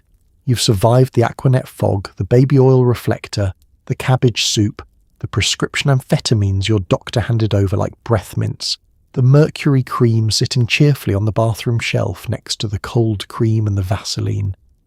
You've survived the weigh-in, the girdle, the 45-minute battle with a round brush that your arms have not forgiven you for. You've survived the magazine that told you your skin had problems, Your hair was sending the wrong message, your thighs had a named condition, and your face, your perfectly ordinary, living, breathing human face, was showing signs of something that needed to be stopped. And somehow through all of it, the women of the 1970s got up every morning and got dressed and went to work and raised children and changed laws and marched in the streets and wrote books and ran companies and did extraordinary things, while also, quietly, in the background, managing a project that was never supposed to be finished. That is not a small thing. That is, if you look at it clearly, a remarkable thing. Because here is what the beauty industry of the 1970s never quite managed to erase, despite its considerable efforts. The women underneath it all.